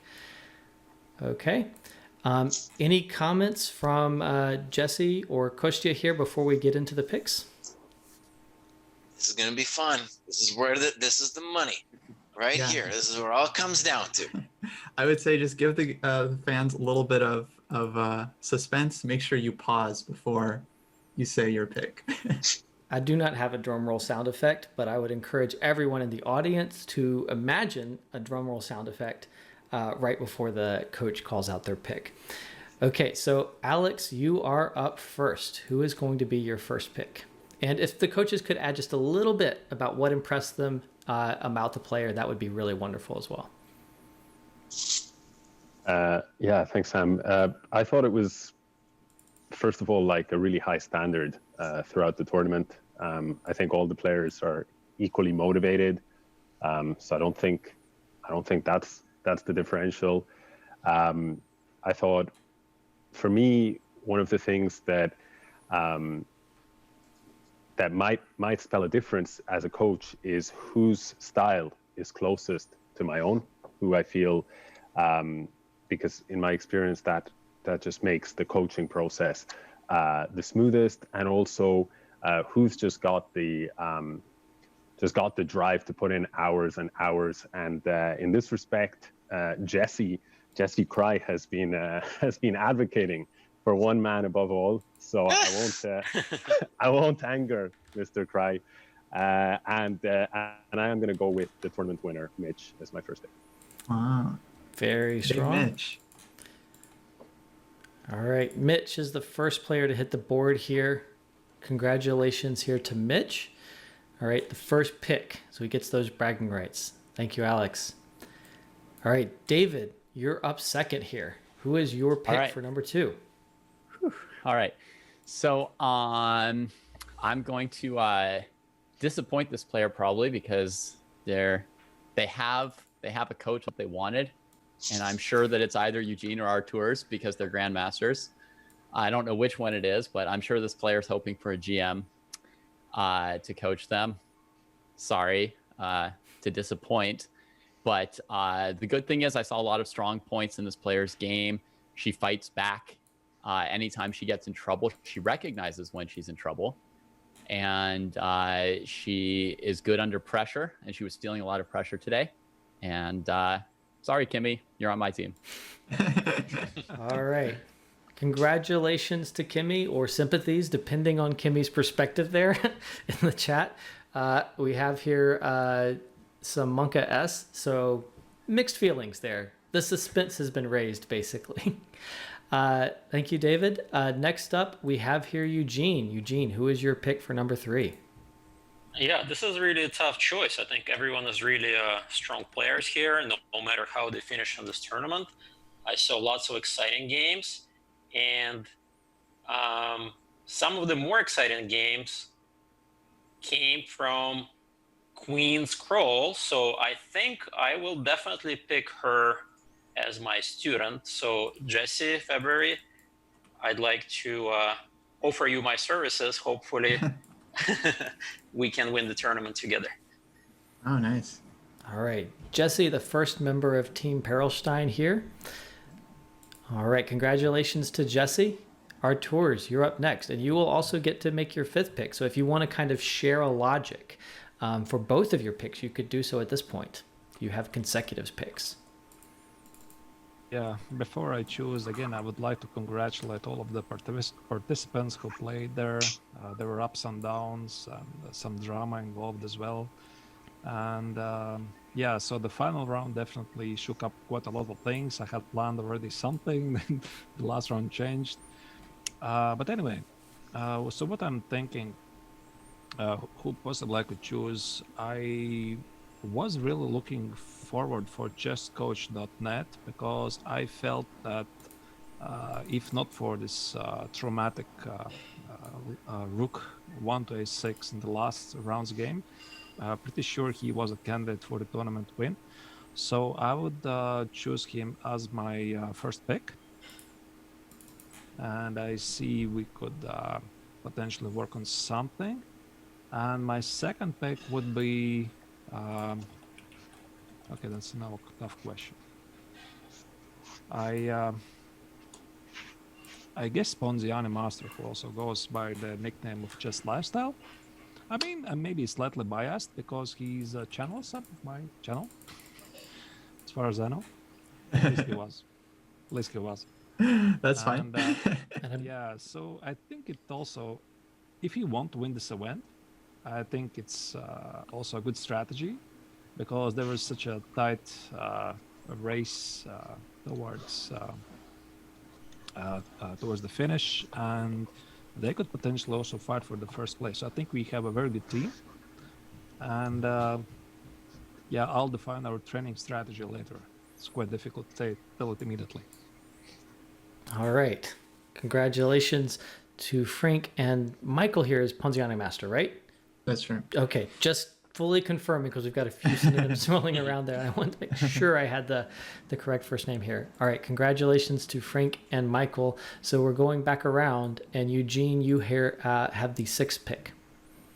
All right, this is a tough choice. Lots of strong players remaining, and perhaps an unusual choice, but in some ways a predictable choice because after all, each coach gets 2 students, and I feel like it's important to have a little bit of team chemistry going.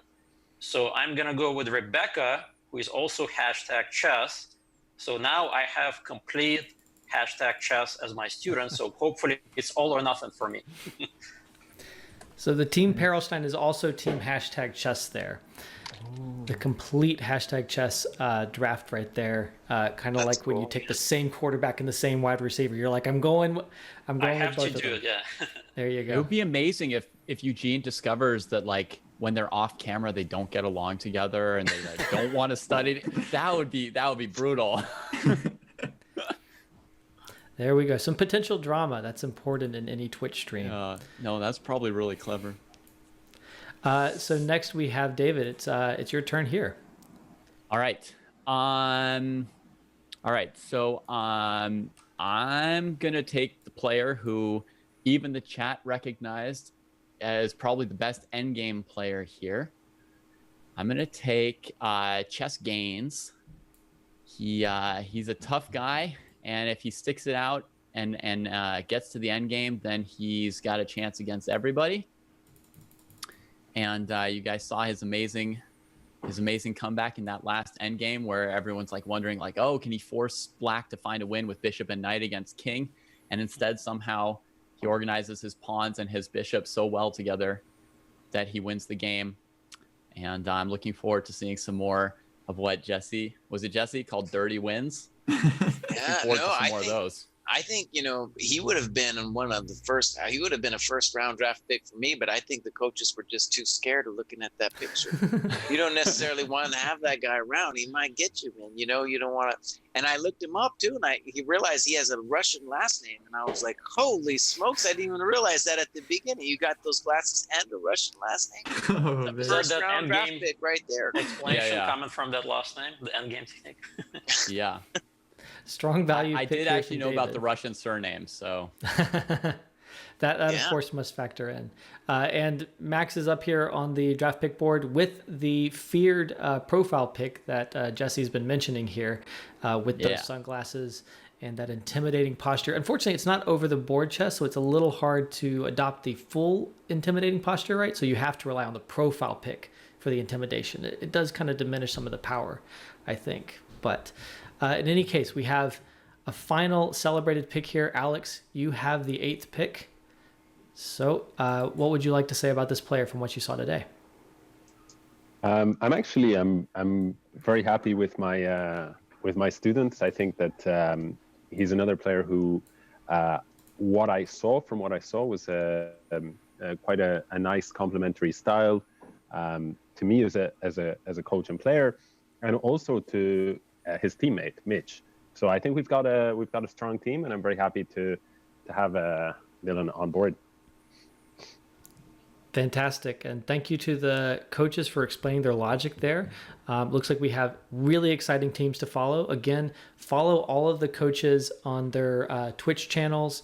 Follow the players on their Twitch and YouTube channels so that you can watch the training sessions and really get into their mindset. I think Coach G was mentioning earlier that if you're interested in improving yourself as a player, there is no better place to be for the next 6 weeks here than in the training sessions with these players, gleaning from the coaches and seeing them kind of working on the same things that probably many, many, many people who are watching right now are also working on in their game. Yeah, there's a lot on the line here, and I know everyone wants to have a good showing. So this is so exciting. Yeah, I can't wait to see how these teams play out. This is going to be very, very cool. Maybe we could put the schedule up for the fans. Our next group stream is going to be in 2 weeks from today, Saturday, October 10th. We'll be doing a blitz event, and there will be prize money available for that event for the first and second place finishers. So a little bit of extra motivation. It'll also give the students a chance to kind of try out what they've been working on and get some more experience playing against each other before the finals that are coming up at the beginning of November.